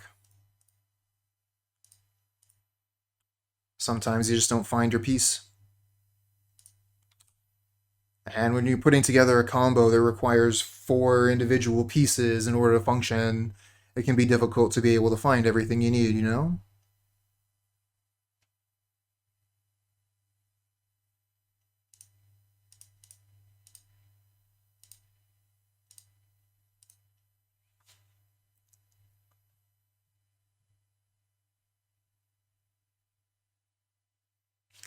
Yeah, Presence of Gond. That's a pretty cool combo. That's actually a 2-piece combo. I should play that.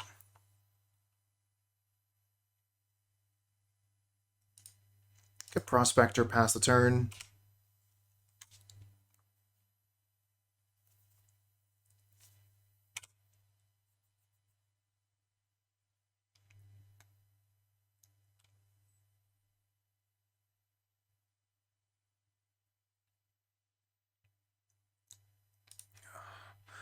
Divest for the Prospector.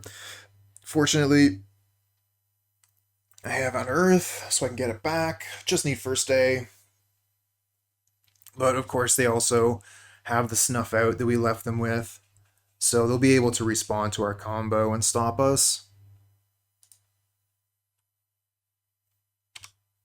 4-color combo. Let's just play both combo decks at once. Yeah!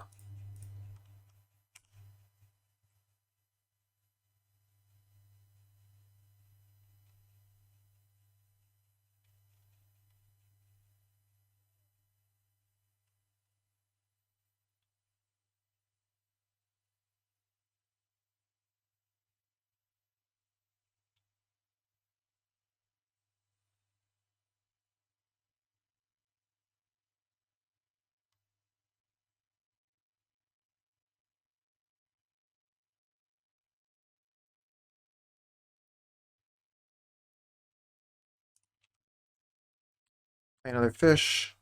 Why not?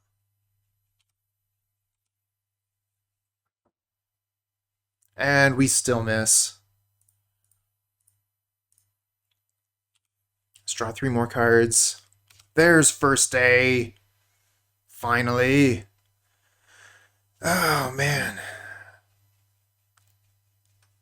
But, again, because I was not thinking clearly, I didn't take the Snuff Out, and even if we First Day Unearth here, we're still not going to win.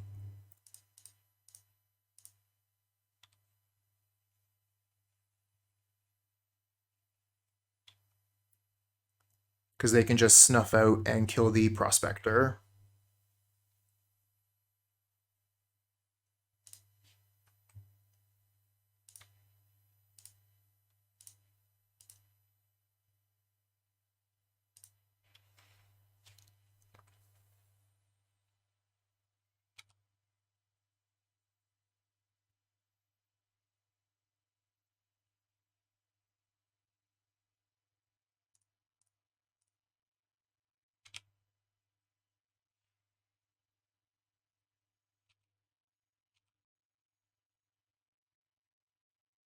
Could have just cast it for life total. Ah, that's fine.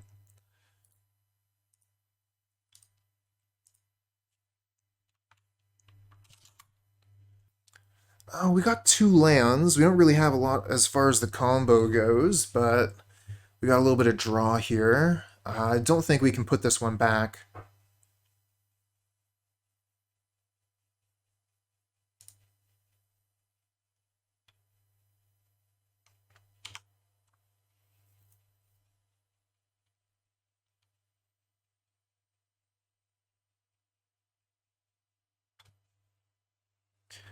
Plays a swamp into divest. No, okay, Chromatic Sphere.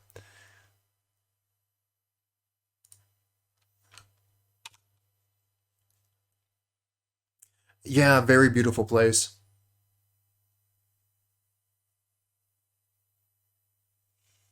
This is interesting. What is going on here?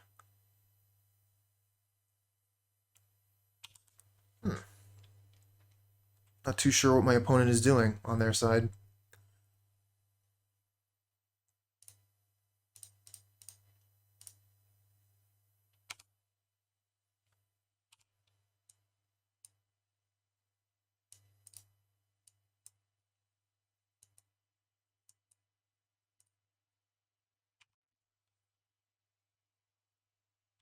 I mean, yeah, they're setting up for Deadly Dispute. Oh, it's a Tron deck. Okay, well, we've almost got all of our pieces. Just missing first day.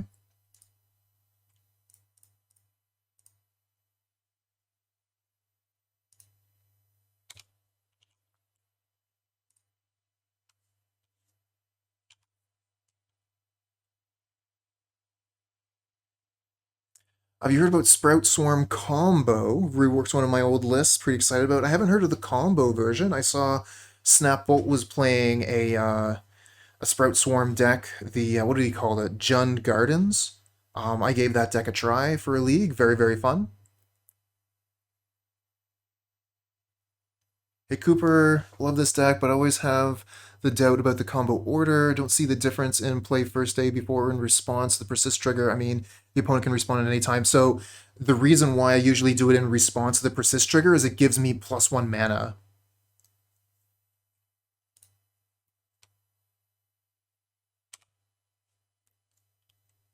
So I'm able to sacrifice the Putrid Goblin for a mana with Prospector, and then before it comes back with the counter on it, I can use that mana I just got to play the first day of class.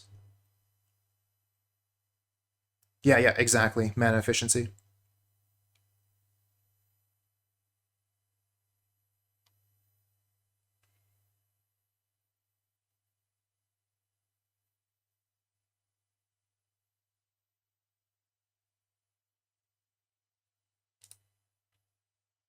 There's Conjurer's Bauble.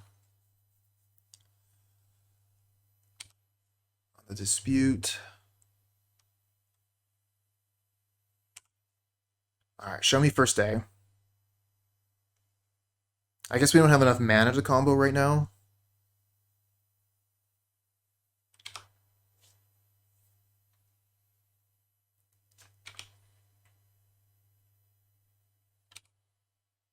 No, we do. We have the Matron, so we do have enough mana. We just needed to draw the card.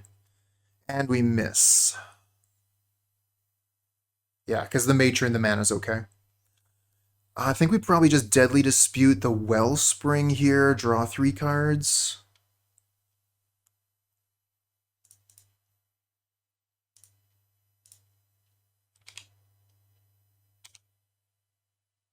Okay, don't find class.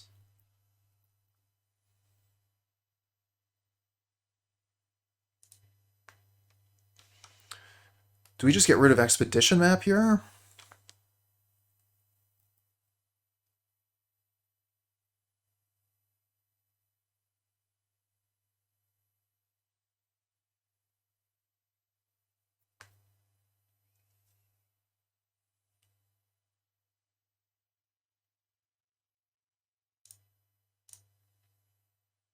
Oh, we don't have a creature in the graveyard, so we can't do that.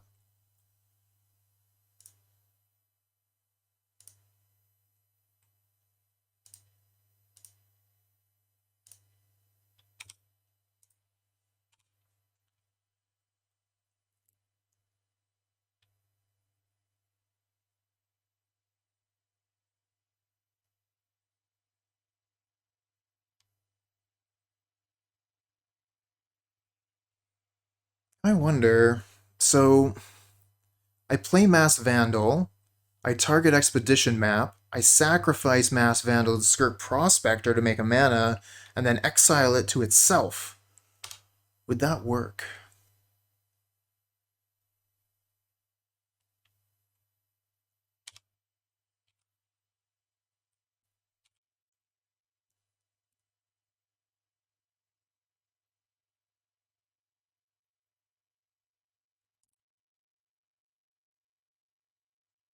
Kind of like their combo a little bit more. Not as reliant on so many pieces, so many creatures. Fortunately, we do enough damage to beat them through Weather the Storm. No, still just can't find that first day of class.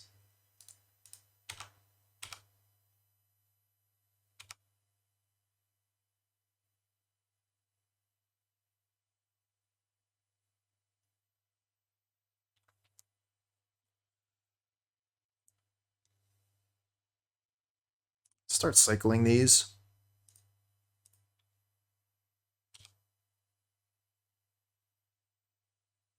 Faithless Looting.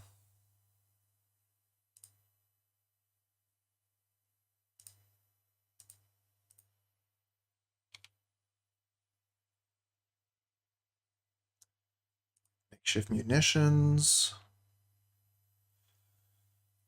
Don't find it. Get rid of an Unearth and maybe a Prospector here. We already have a Prospector.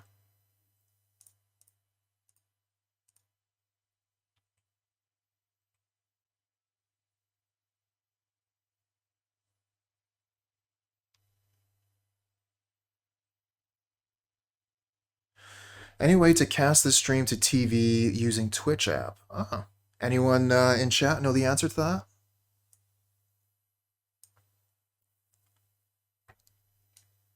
So they just have Tron. Jeez, we can't really even take anything very good here. I guess we could take Golem Foundry, and then they can't do that combo.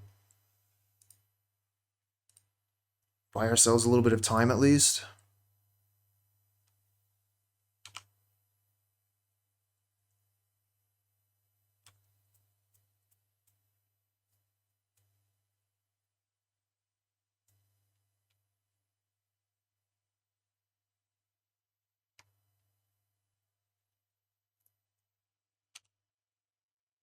Just gonna F6 here.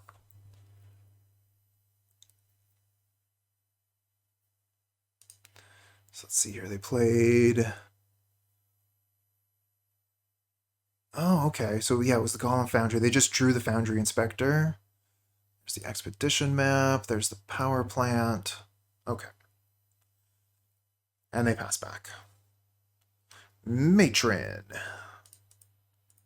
Steadily dispute the star. Look for first day.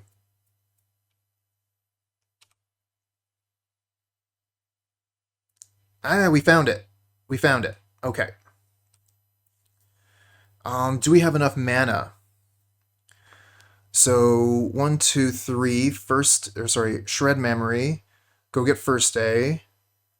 Black mana, sacrifice Matron. Play Putrid Goblin. And then red mana, sacrifice Putrid Goblin, go for the combo. They have teaching, so they could potentially like find something to disrupt us, but seems like as good an opportunity as any. That's the thing. I don't know what's in their deck for them to teachings for. I imagine like they're usually teaching for Weather the Storm or something, but I don't know. I'm gonna go for it.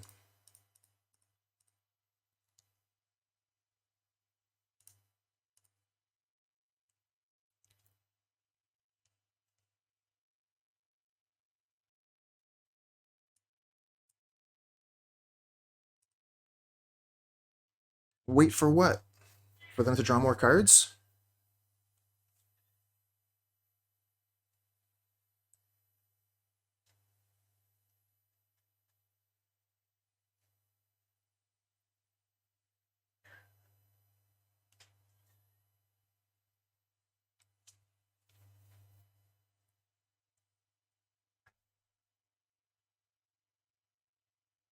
Yeah, but I'm not going to have the mana for that, right? I can play the Putrid Goblin, and then I can wait, and they'll just go back to their turn.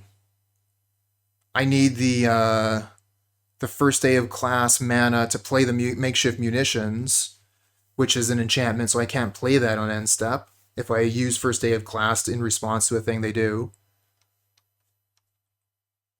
Yeah, I don't think they have any interaction for me either, but they could play a 1 of Prohibit. So that's 4 mana. They do have double blue.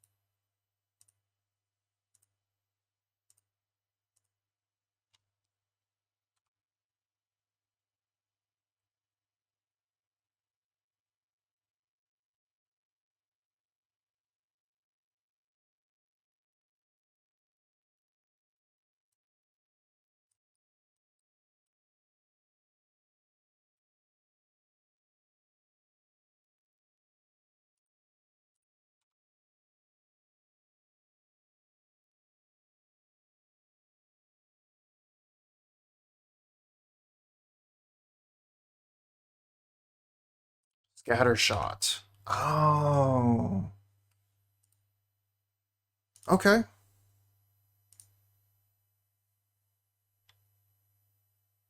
It's pretty good.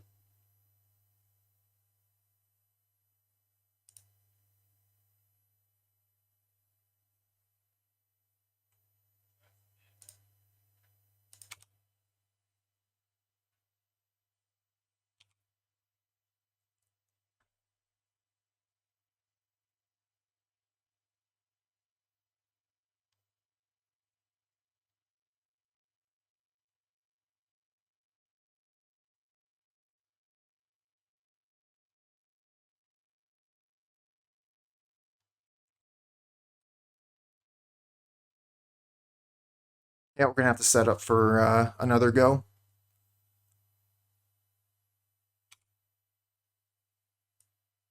Which means finding first day of class again.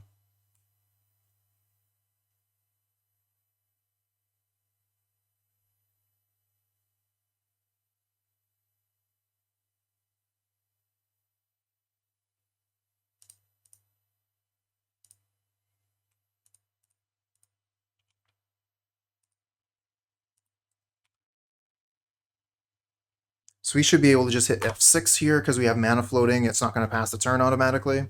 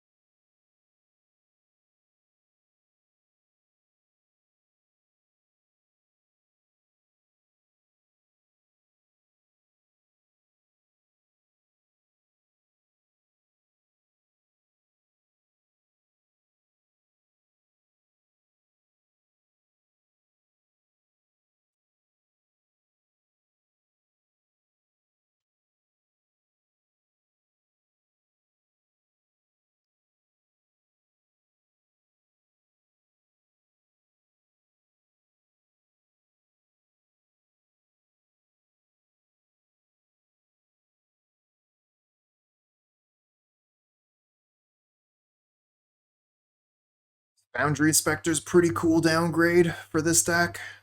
Be able to play a lot of their stuff for no mana.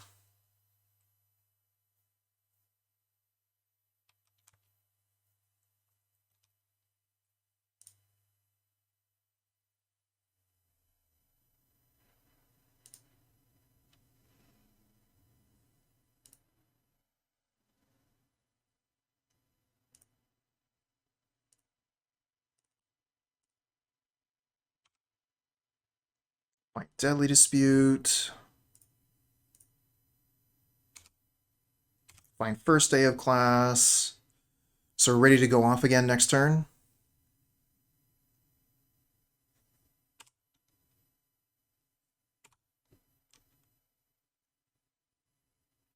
And we have all the pieces we need to win the game.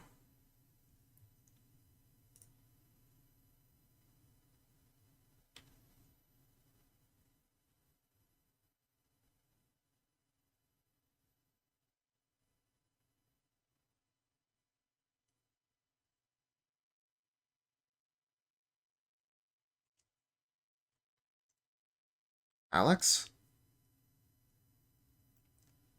Cheers.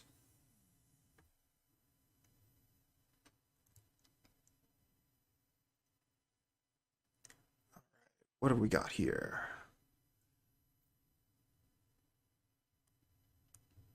We've both been tearing through our decks. We've each got like 27 cards left.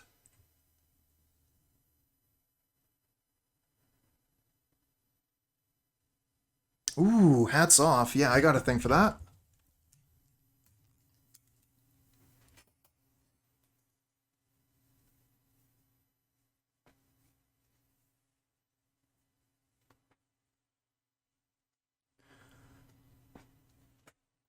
There we go.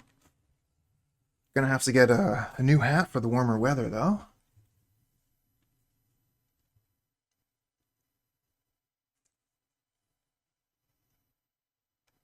It's my Legend of Zelda Red Link cap.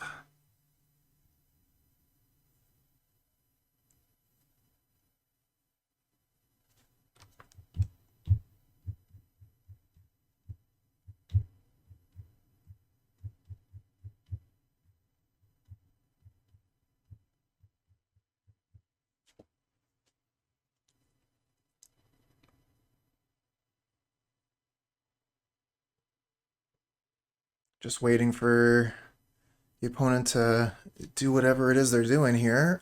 Frantic Salvage. So yeah, they put a whole bunch of artifacts. Basically, all of their artifact cantrips go back on top of their library, and then they draw a card, so they're able to basically replay all of them again. Fortunately, they didn't have the Golem Foundry. Otherwise, they'd be making a whole bunch of Golem tokens here. As is, it's still going to be a really big Weather the Storm, which doesn't stop us from winning at all, but it does make the win take a lot more time. So if we have to go through, you know, like, and do all the damage to the opponent, it's going to take a while, a lot of clicks. There's the Golem Foundry, so they can start making golems. But if they have no interaction, we have the win in hand.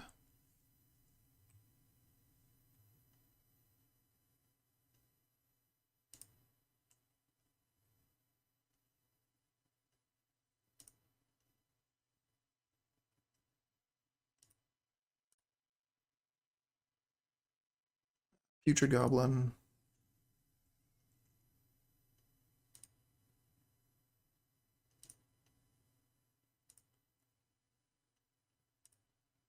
Kind of looks like they're F6'd.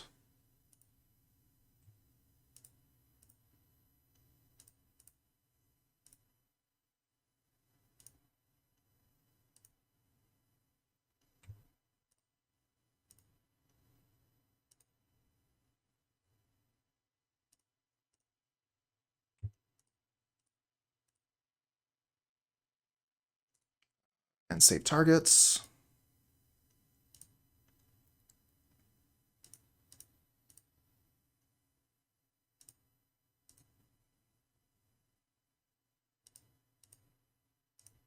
Just going to kind of concentrate on this for a minute.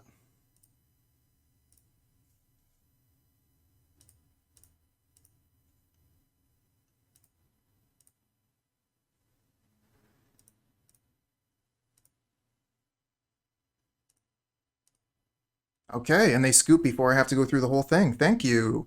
Thank you, gift given. Very kind.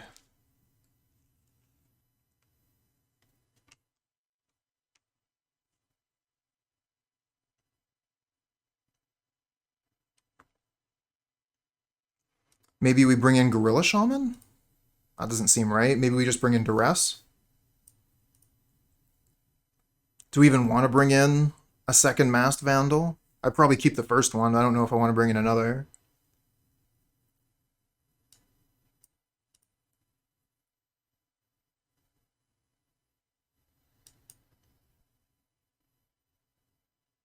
Yeah, they didn't seem to have any artifact lands for the Gorilla Shaman, but we could potentially take out, like, treasures. I don't know, it doesn't seem all that great if I'm not killing artifact lands.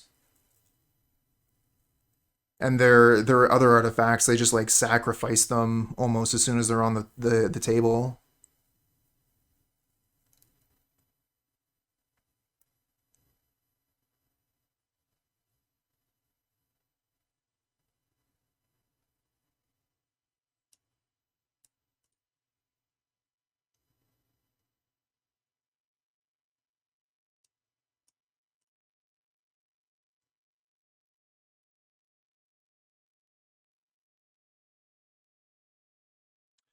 Oh yeah, munitions is something that has to be taken care of.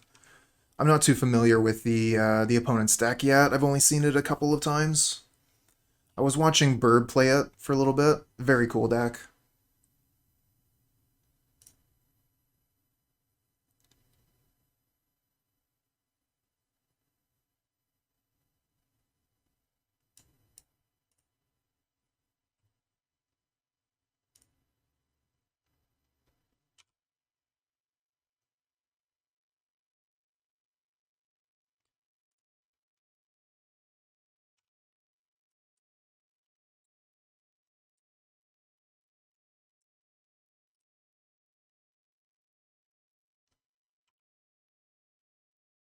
They're just gonna have like natural Tron here.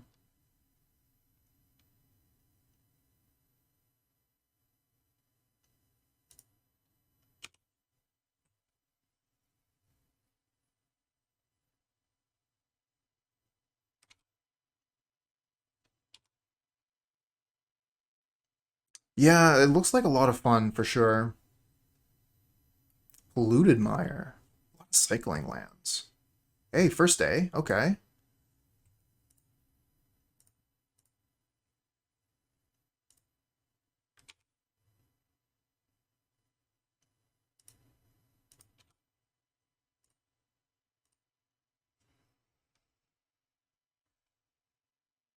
Got everything we need. Almost. We got everything we need. Almost.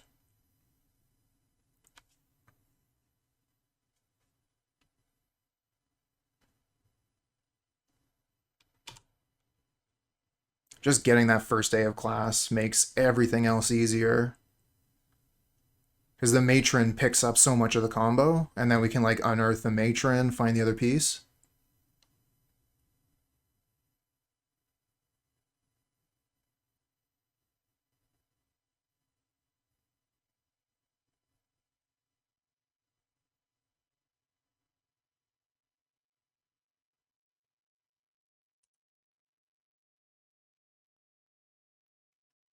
Okay.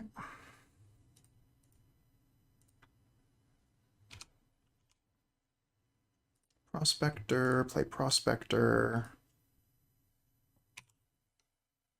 We've got the Matron plus the Unearth, so I felt pretty confident about playing the Prospector here to save mana later.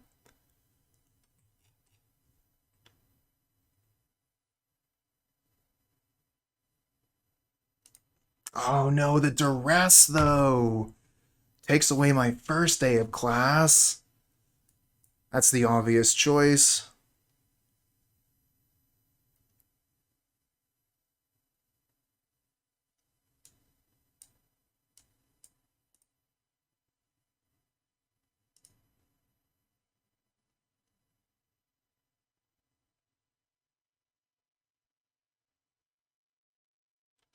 Foundry Inspector. How many cards are they going to play after Foundry Inspector?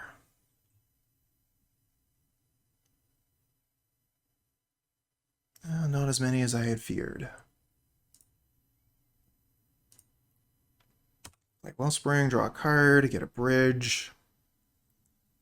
Let's loot. Find Putrid Goblin and another land.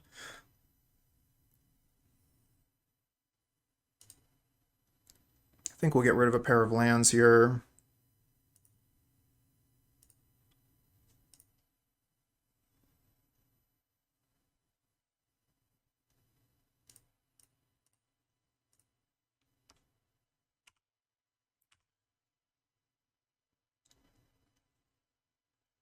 See, should have stayed in school.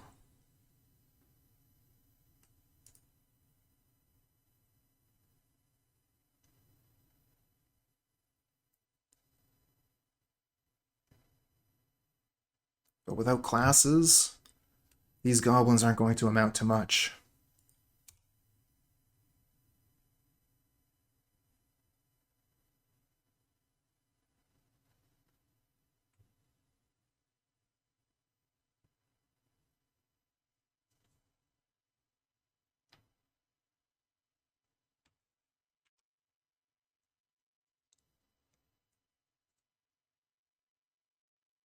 Oh, there's the tower.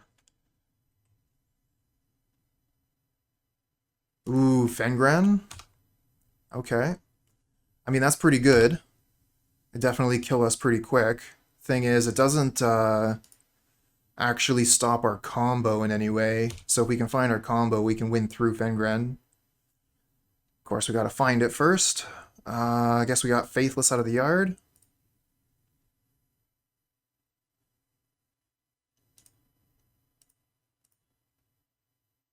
Miss. And we don't have green mana for Masked Vandal. So we can't even get rid of the Foundry Inspector. I guess we could put it in the graveyard and unearth it, get rid of the Inspector, and that at least slows them down.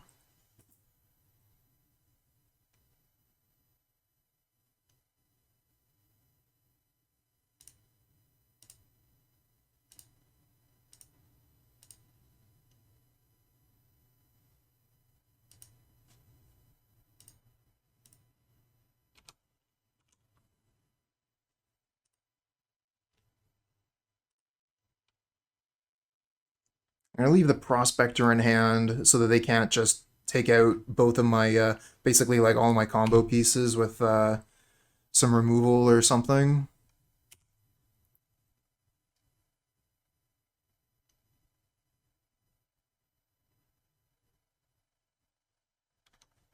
There's Golem Foundry.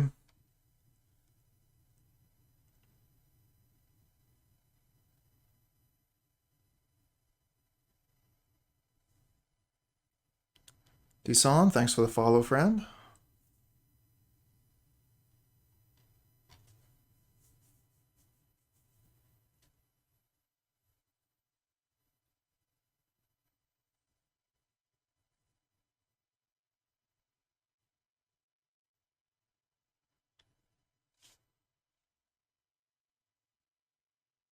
Oh, another Foundry Inspector.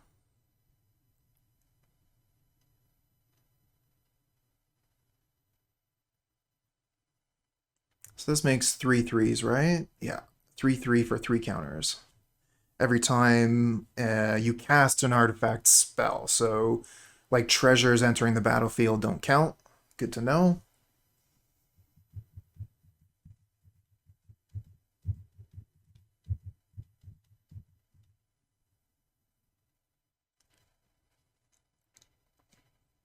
So we are in a bit of trouble, but we've still got... Okay, that misses. We've still got a draw or two to find first day of class. Again, you know, their life total doesn't really matter. Go get Scattershot. Okay, so we've got one turn to find it here. And then they're going to Scattershot my board. Deadly Dispute. That's a pretty good start. Let's use the Carnarium for that. Yep, sure. Gain a life. That's not an issue for me.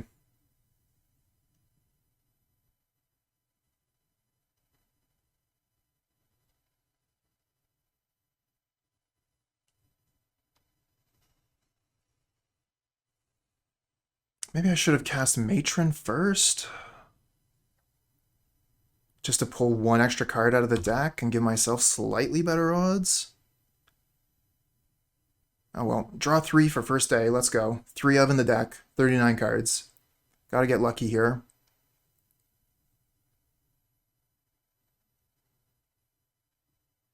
I wonder what they're thinking about. Like, their only card in hand is Scattershot, and they can't play it. First day, let's go. Come on, take me to school. Oh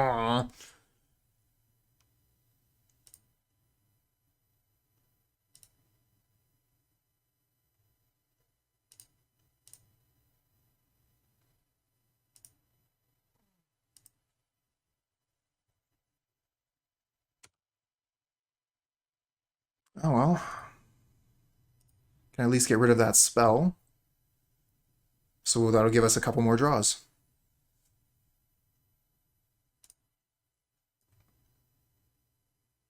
Play the Carnarium here.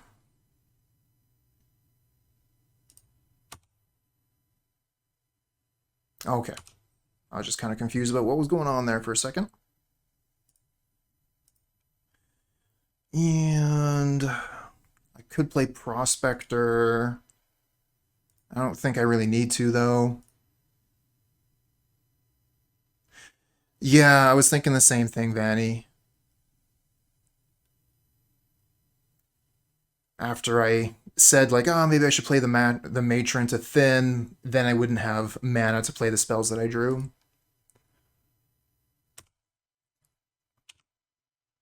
Alright, so we got Masked Vandal to block Fengran if we need to. Golem token's probably going to get through. They're going to do some damage this turn.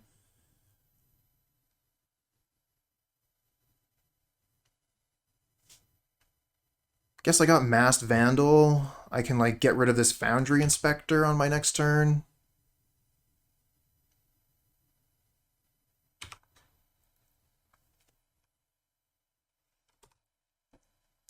Gonna F6. The opponent is actually probably going to time out. Because we won the first game, and they've got less than 8 minutes to win 2 games.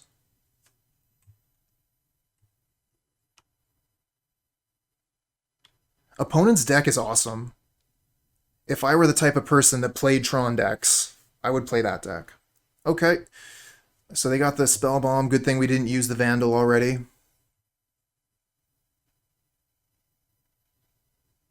Oh, wow. Black mana. Are they going to use the Spell Bomb immediately?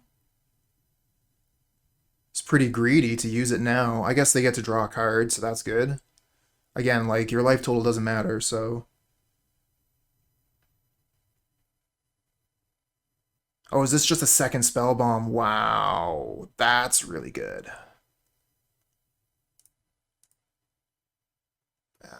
Okay, that's really good.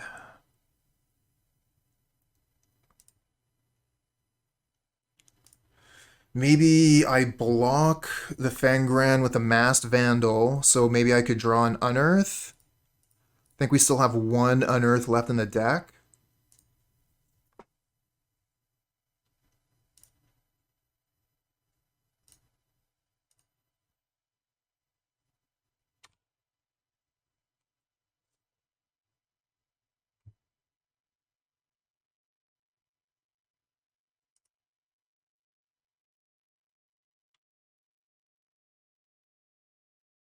Find a Putrid Goblin, so it looks like we're just going to be on blocking duty for a minute.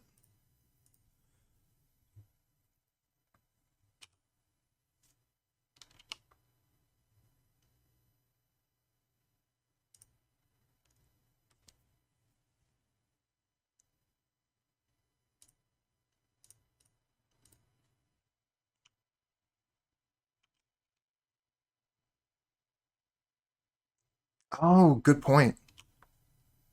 And we will have 2 Putrids.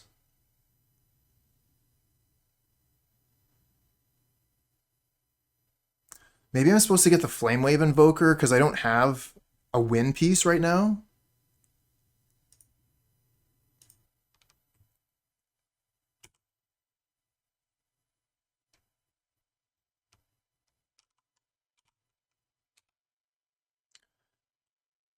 Dias, thanks for the follow, friend.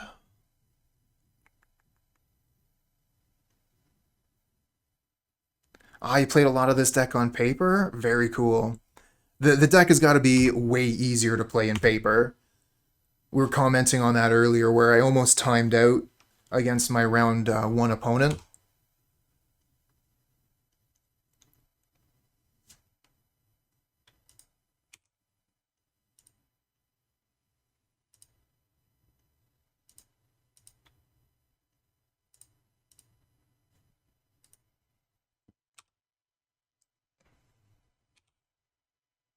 Take 6, go to 8. And last chance to find first day. Lame. Guess we could makeshift the Ichor Wellspring, draw 1 more card.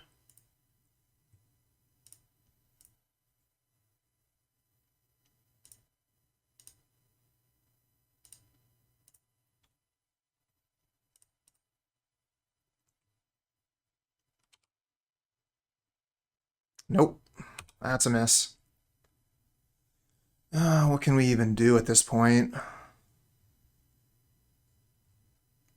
Kind of feels like we just die.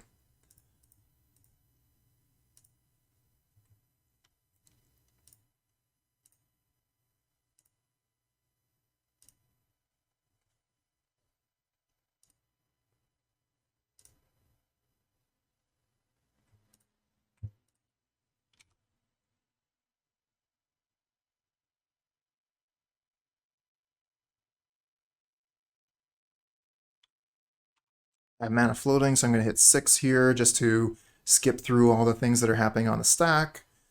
The opponent has far less time on their clock than we do, so let's take advantage of that. And I'm going to play the Prospector past the turn back.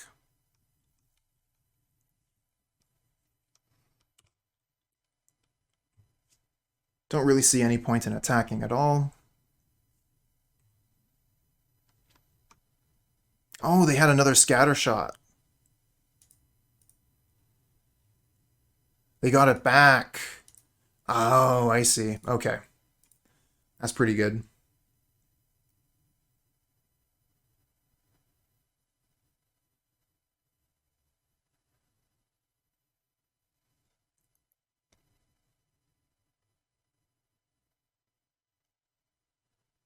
Because, yeah, they have, what is the name of that card? Conjurer's Bauble, which allows them to put a card back into their deck.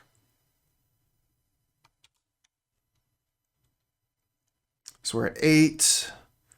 Have to block basically everything here to survive. That's 9. So, yeah, have to block here too.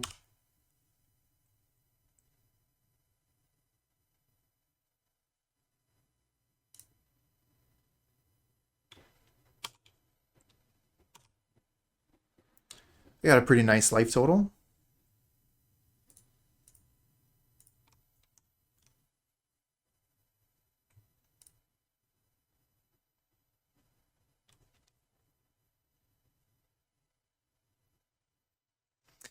I think actually the Gorilla Shamans might be worthwhile for the spell bombs. Not to mention, you know, the other things they're playing.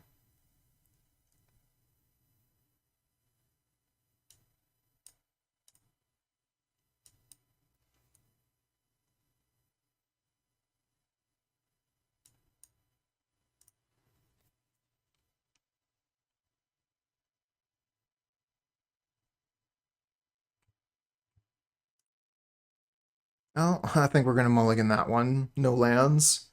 Keep this one, I guess.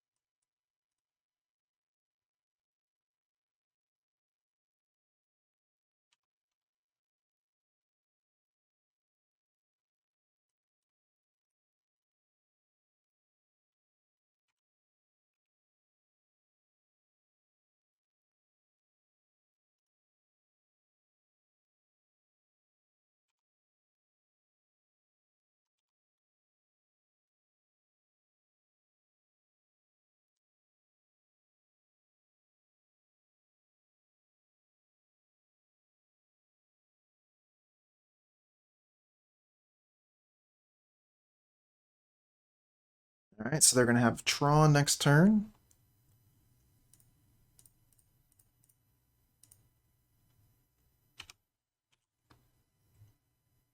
Putrid Goblin. Play the Carnarium. And I guess I'll play... something so I don't have to discard.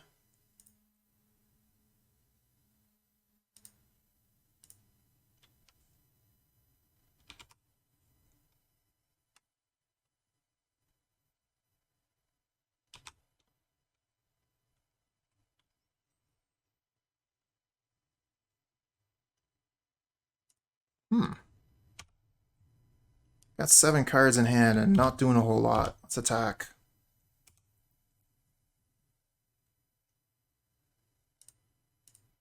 I'll play a pair of stars and pass the turn.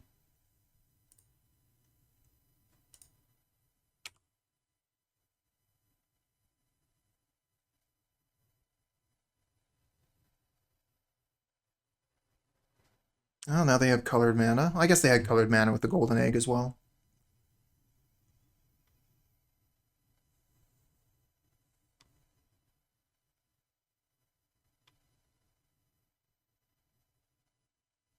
Fengran Marauder. Alright, let's respond to that. Deadly Dispute, the star. Draw 3 cards. Find first day? No first day.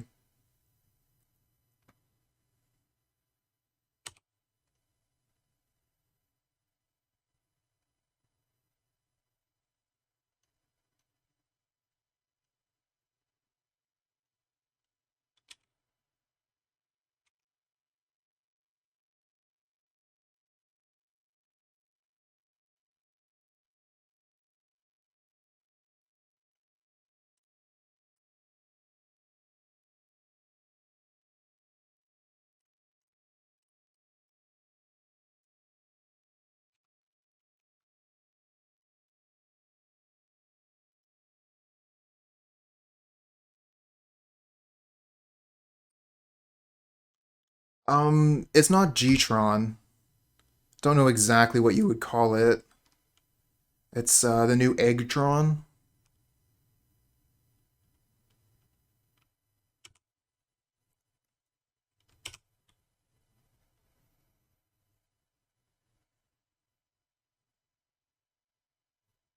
Oh, no way. Scattershot was in hand the whole time. I'll bye-bye most of my board.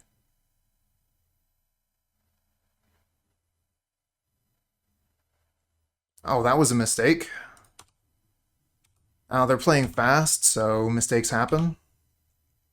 They were probably trying to kill the Putrid Goblin there, but targeted the Gorilla Shaman twice. But yeah, when you have, like less than 3 minutes to go, it's pretty difficult to play perfectly.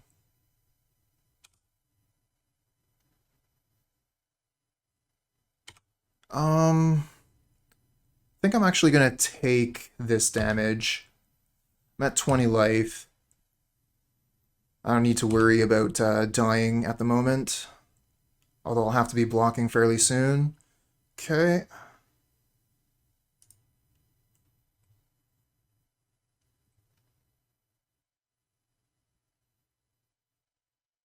We can Masked Vandal get rid of the Spellbomb, or we can just Gorilla Shaman get rid of it.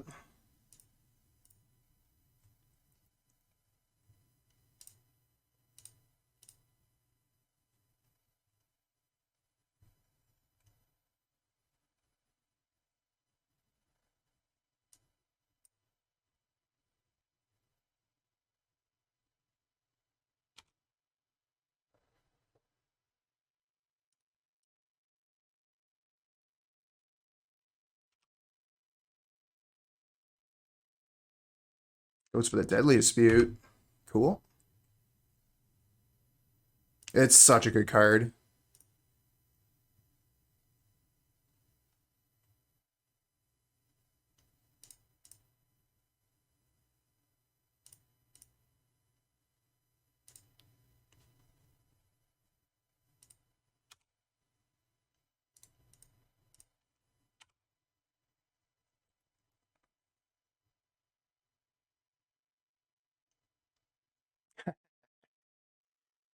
Yeah. Uh, Fangran has definitely been a pain in my side a few times. I remember I was playing Kessig Storm before the Galvanic Relay ban, and opponent puts down a Fangran Marauder at the perfect time so that I can't combo out. I had, like otherwise enough resources to be able to kill them, but I needed to use treasures in order to make the mana, so they were able to gain life that meant that they get to stay in the game. Yeah, Vangran's a pretty great meta choice for sure. Test user 5, thanks for the follow. Hope your test goes well.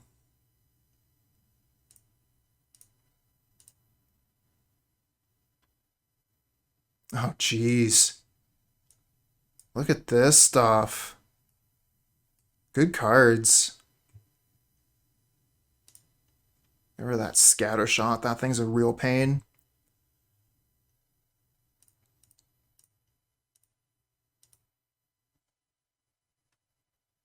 And Vanny, thank you for the follow.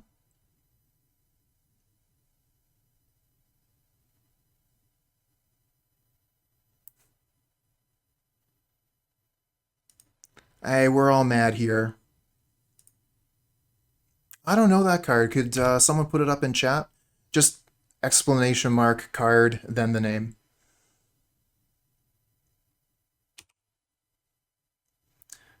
Three mana, 2/3. Whenever a cultist or another creature dies, target player mills a card?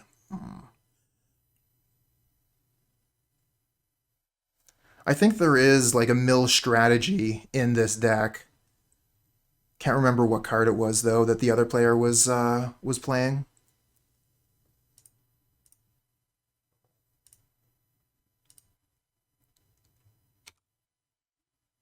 Yeah, that's the one.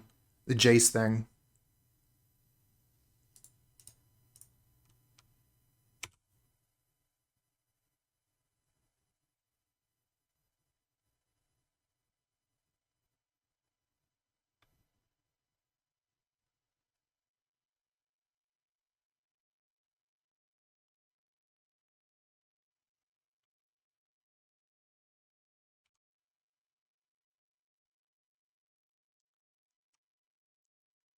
So it destroys an enchantment, and then destroys all enchantments of the same color.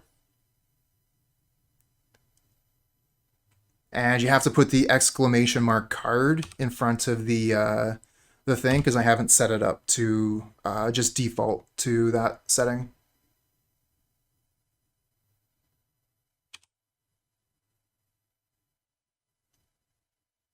Exactly like that.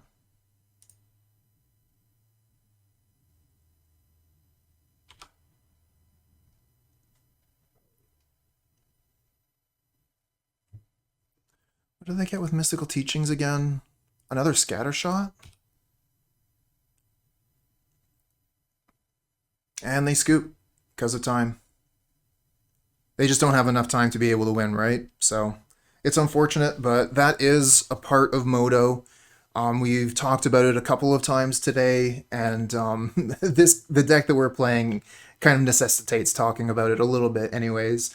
A lot of people that come into Magic the Gathering online believe that it's going to be like playing in paper, and it is as similar to playing in paper as you can get on an official program, but there are some differences. For example, takesies backsies. You're not allowed to, like if you play the wrong land, for example, you're not allowed to put it back in your hand and play a different land instead. So that's one difference, but also the chess clock is a big difference. And that's something that would be very difficult to implement in paper. But basically, we each get our own clock. So instead of having a communal time where both players are going to share 50 minutes, we each get 25 minutes plus sideboard time. And that means that if one player is taking all the time, they're going to be punished for it, and that punishment is a match loss. And we have to mulligan to start. This is brutal. I have to mulligan again.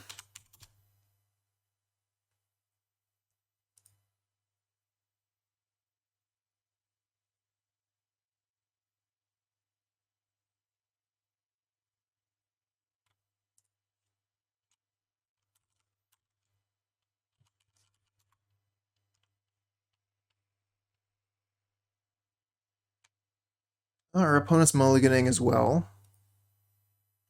Oh, one land hand. Oh, we gotta keep it. We have to keep it. All right, so what am I keeping? I'm keeping land, first day of class, and prospector. So these three are keeps. And then I got to put 2 cards back. So 2 of these 4 have to go back.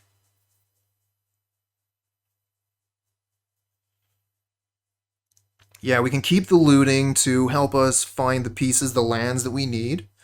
So, and then, like, we already have a Prospector, so we'll get rid of that.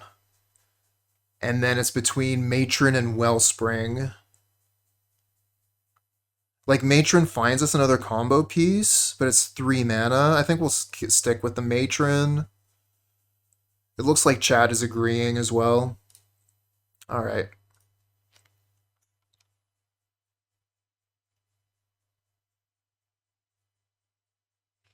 Let's put the Great Furnace on the bottom. Okay, so opponent is mulligan down to 5 as well.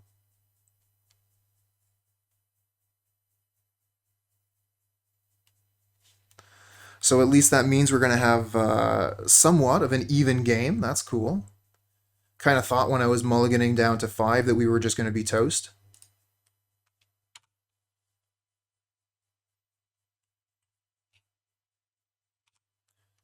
Okay, bridge. Get another prospector. That's not a thing I really need. I think we're just going to go for looting right now, try and find land. We can discard prospector plus a thing. We miss on land. Ouch. Gonna get rid of Prospector Matron, so if we get black mana, we can unearth the Matron.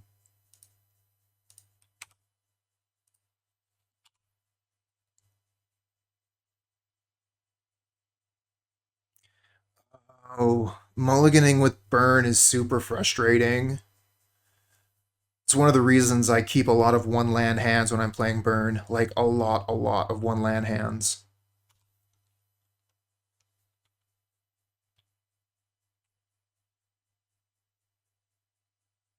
Cleansing Wildfire. Oh, okay, so this is Jeskai.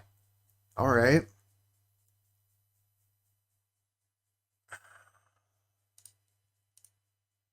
And pass.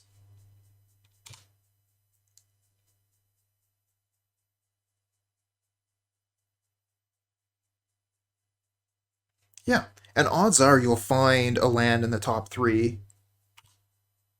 Or sorry, in your first 3, is that right? In your first 3 cards, yeah.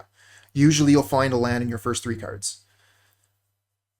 So, you know, I'll keep a 1-lander a lot of the time, just gamble that I'll find it. Speaking of finding it, looks like our opponent found what they needed.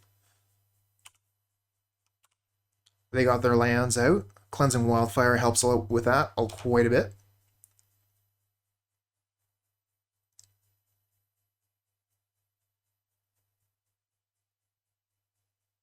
Opponent's deck is definitely like a really cool option. A lot of people picked up Jeskai Wildfire. It has so many fun options.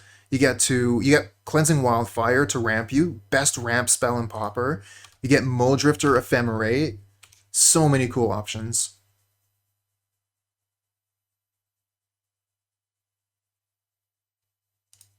Okay, they're going to use the Ephemerate on the Augur of Bolas. And find another Wildfire. And they're going to Galv Blast my 1 creature. You monster.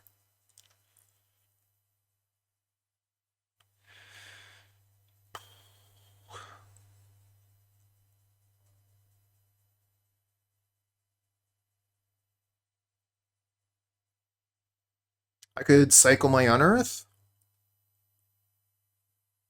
Oh, cool. You're playing Acid Trip with Wildfire? That's a cool idea.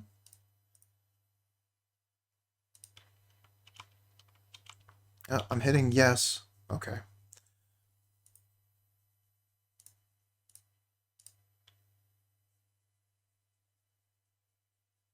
Hey, we found a land. All right. Back in the game. Let's go. Hey, another one.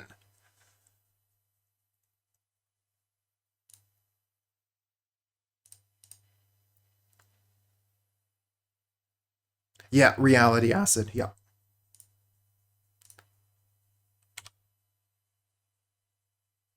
Oh no, they have Counterspell. I wasn't thinking. Should have done this during their turn so they'd waste the mana. That's embarrassing.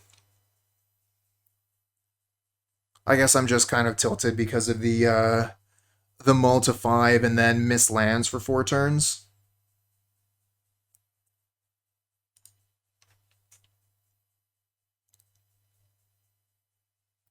Say come say. Oh, look, and they were going to tap out, too. What a punt. I'm marking that one.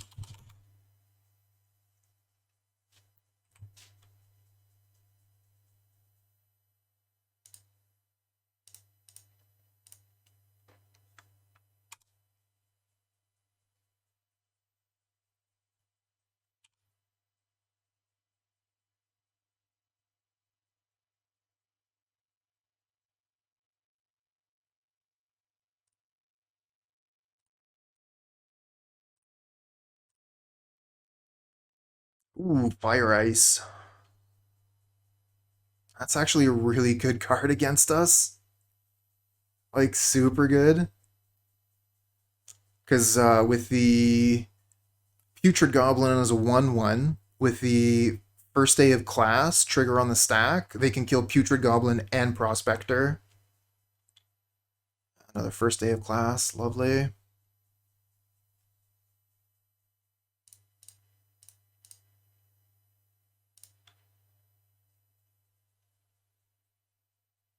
I guess we'll get rid of... Oh, I was supposed to play the Carnarium before I cast this. Ugh.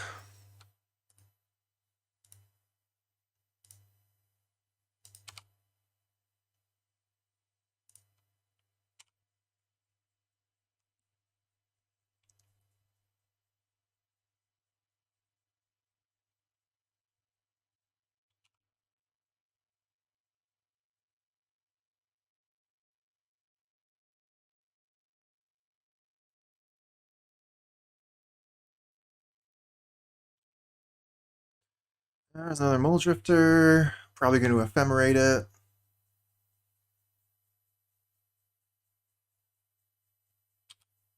Nope, missed on Ephemerate.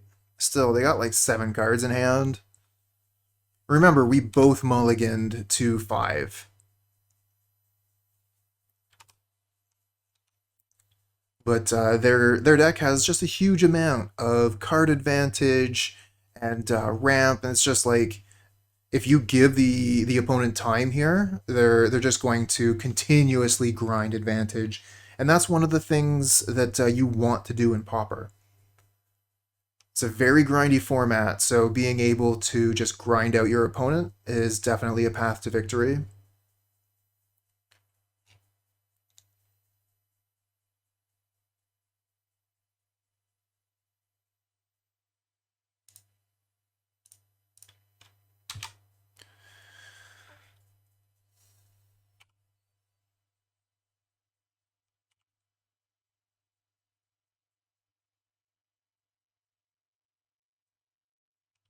Can also check out how many cards they have left in their library there. 28 cards left. Whereas we have 42. So they are churning through their library. I don't really want to F6 here because we have Deadly Dispute up. So maybe, you know, like they journey to nowhere Putrid Goblin. We're going to want to be able to dispute in response.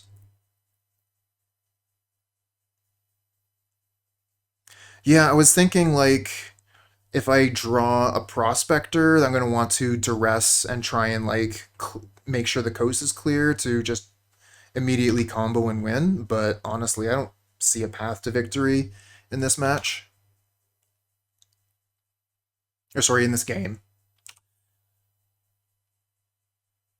We've fallen way too far behind.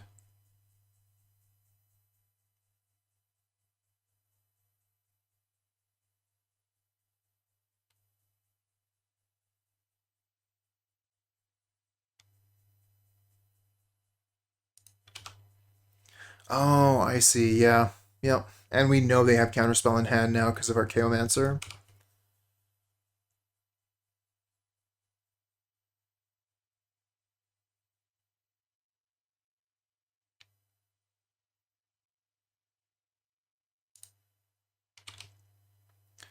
Well, at least they're not clocking us.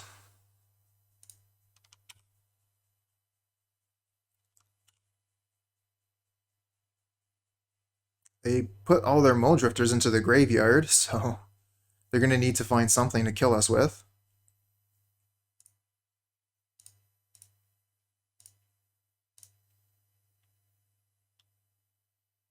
Oh, yeah. I know the one you're talking about. What's it called? It was from Modern Horizons, right? Really, really cool card. It catches me quite a bit. Ooh, Lose Focus. That's the one. Ran a league with Bogles, kept drawing 5 lands in a row. That is not where you want to be. Actually, hold on. Let's block this.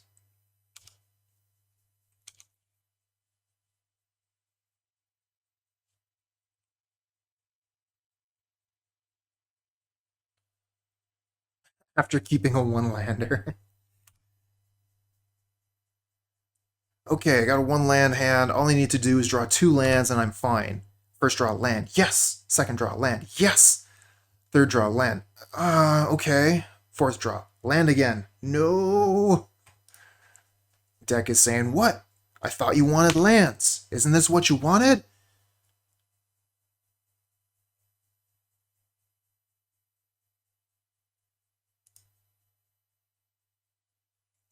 Yeah. Oh no, I have 2 Skirk Prospectors. I guess they have Ephemerate on Dawnbringer, so if I try and Unearth, they can just Ephemerate it.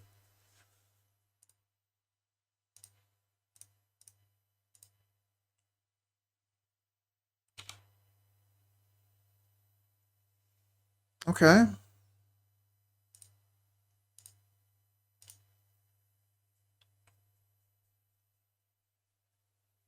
So they can...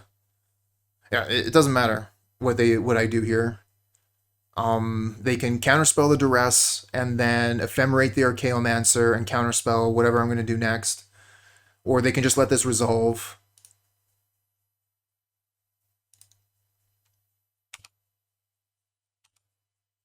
Yeah, and that actually stops me as well.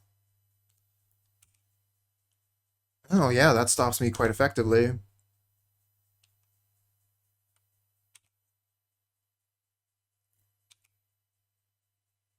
No persist. And a Galv Blast at my face. Oh, that's right, that's the other way they win. Oh, okay, I thought they still had something else in there that was worthwhile. Alright.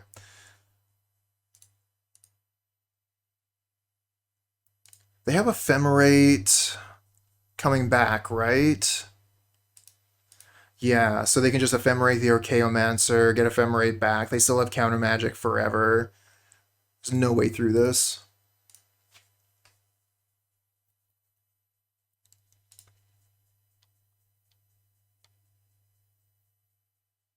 Should I be concerned if a deck of cards is talking to you? What, they don't talk to you? I would be more concerned if the voices stopped.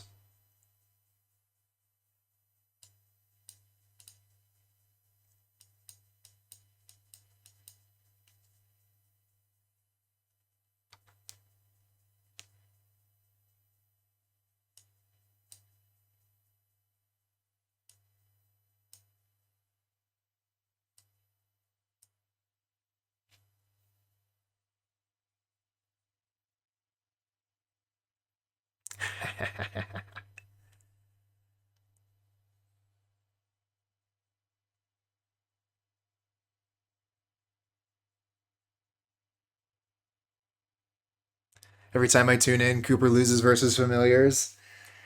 Well, most of the time when we're playing against familiars, we're playing against Satan Raken. So, I mean, losing against Satan Raken is something that I've got a lot of experience in.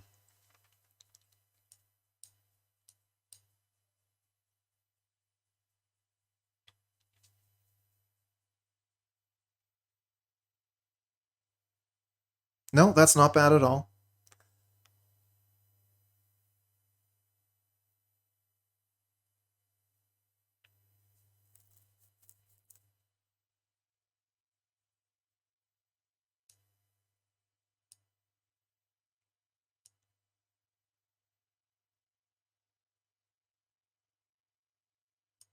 It was definitely not my intent. I'm casual about it because I'm a little bit, crazy myself, but that's just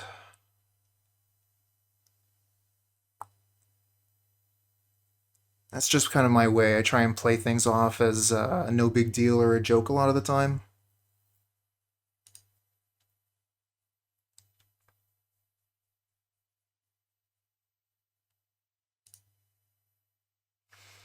Okay, so we got a one land hand here on the play. Not very happy with. Think I'm going to mulligan this one. Another one land hand. Awesome. Deck is not cooperating this league. Come on.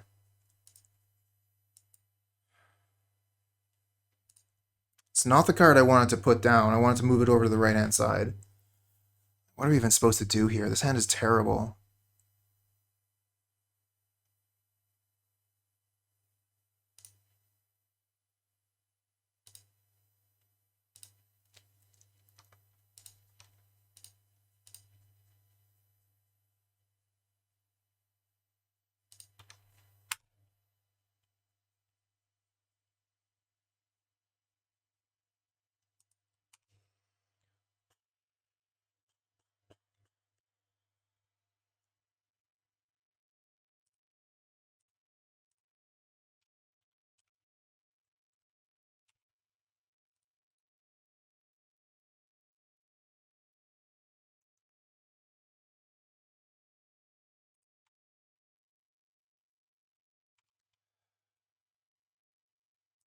Magic.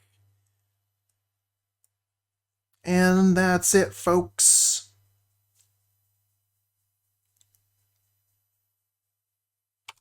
There's not any coming back from this one.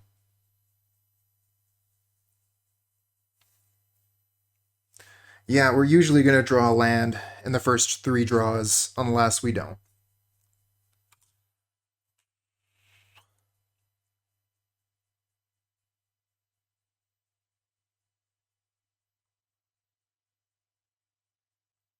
Yeah, I can counter their Muldrifters, that's true. If I don't just F6 by mistake.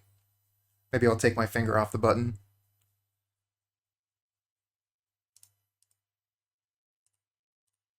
Take that.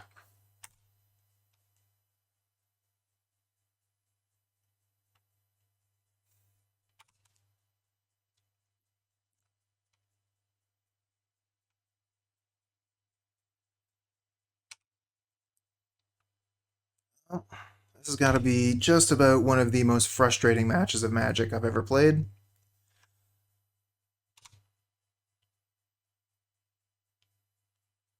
Oh well.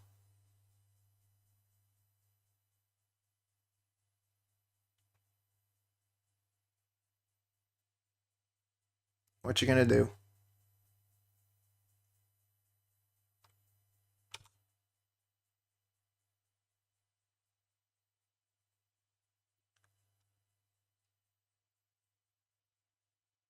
Screw flood, mulligan 2. Okay, whatever.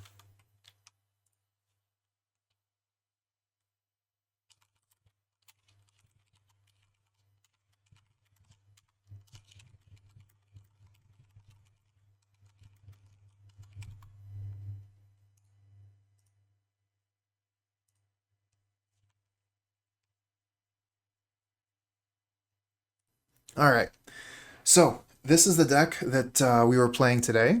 The Goblin combo, aka Moggwarts. And had a pretty frustrating league today, but I found that that has actually been the way I feel about Moggwarts in general. It can be really exciting when you get the combo to work. Um, the thing is, like, there's a lot of ways to interact with the combo. You're able to use creature destruction to kill the Putrid Goblin while the first day of class triggers on the stack. You can use graveyard removal to get the Putrid Goblin before it persists. You can use counter spells to stop the combo. So there's a lot of different axes of interaction, and you have to find 4 different pieces to put together in order for the combo to even get started. So you have to find Prospector, Putrid Goblin, first day of class, plus one more thing. The last thing, you can wait until after you've started the combo to find it. It's usually not too hard. Matron finds Flamewave Invoker, and maybe, like you can use Introduction to Prophecy and find Makeshift Munitions on top. But when you need 4 different cards in order to combo, and there are so many axes of interaction, it's difficult to be able to actually combo. So that's pretty much what I've been finding. I've been finding it difficult to find all my pieces, and then once I do find all my pieces, the opponent answers me mid combo. So that's been a little bit frustrating. But it is a really cool deck. There is that. And I mean, a lot of other people have had a lot of success with it. So maybe it could just be a lack of my understanding, or it could be, as we saw in that last match, just some really bad luck on my part. In any event, I do think the deck is cool, but personally, I get a little bit frustrated when I'm playing it.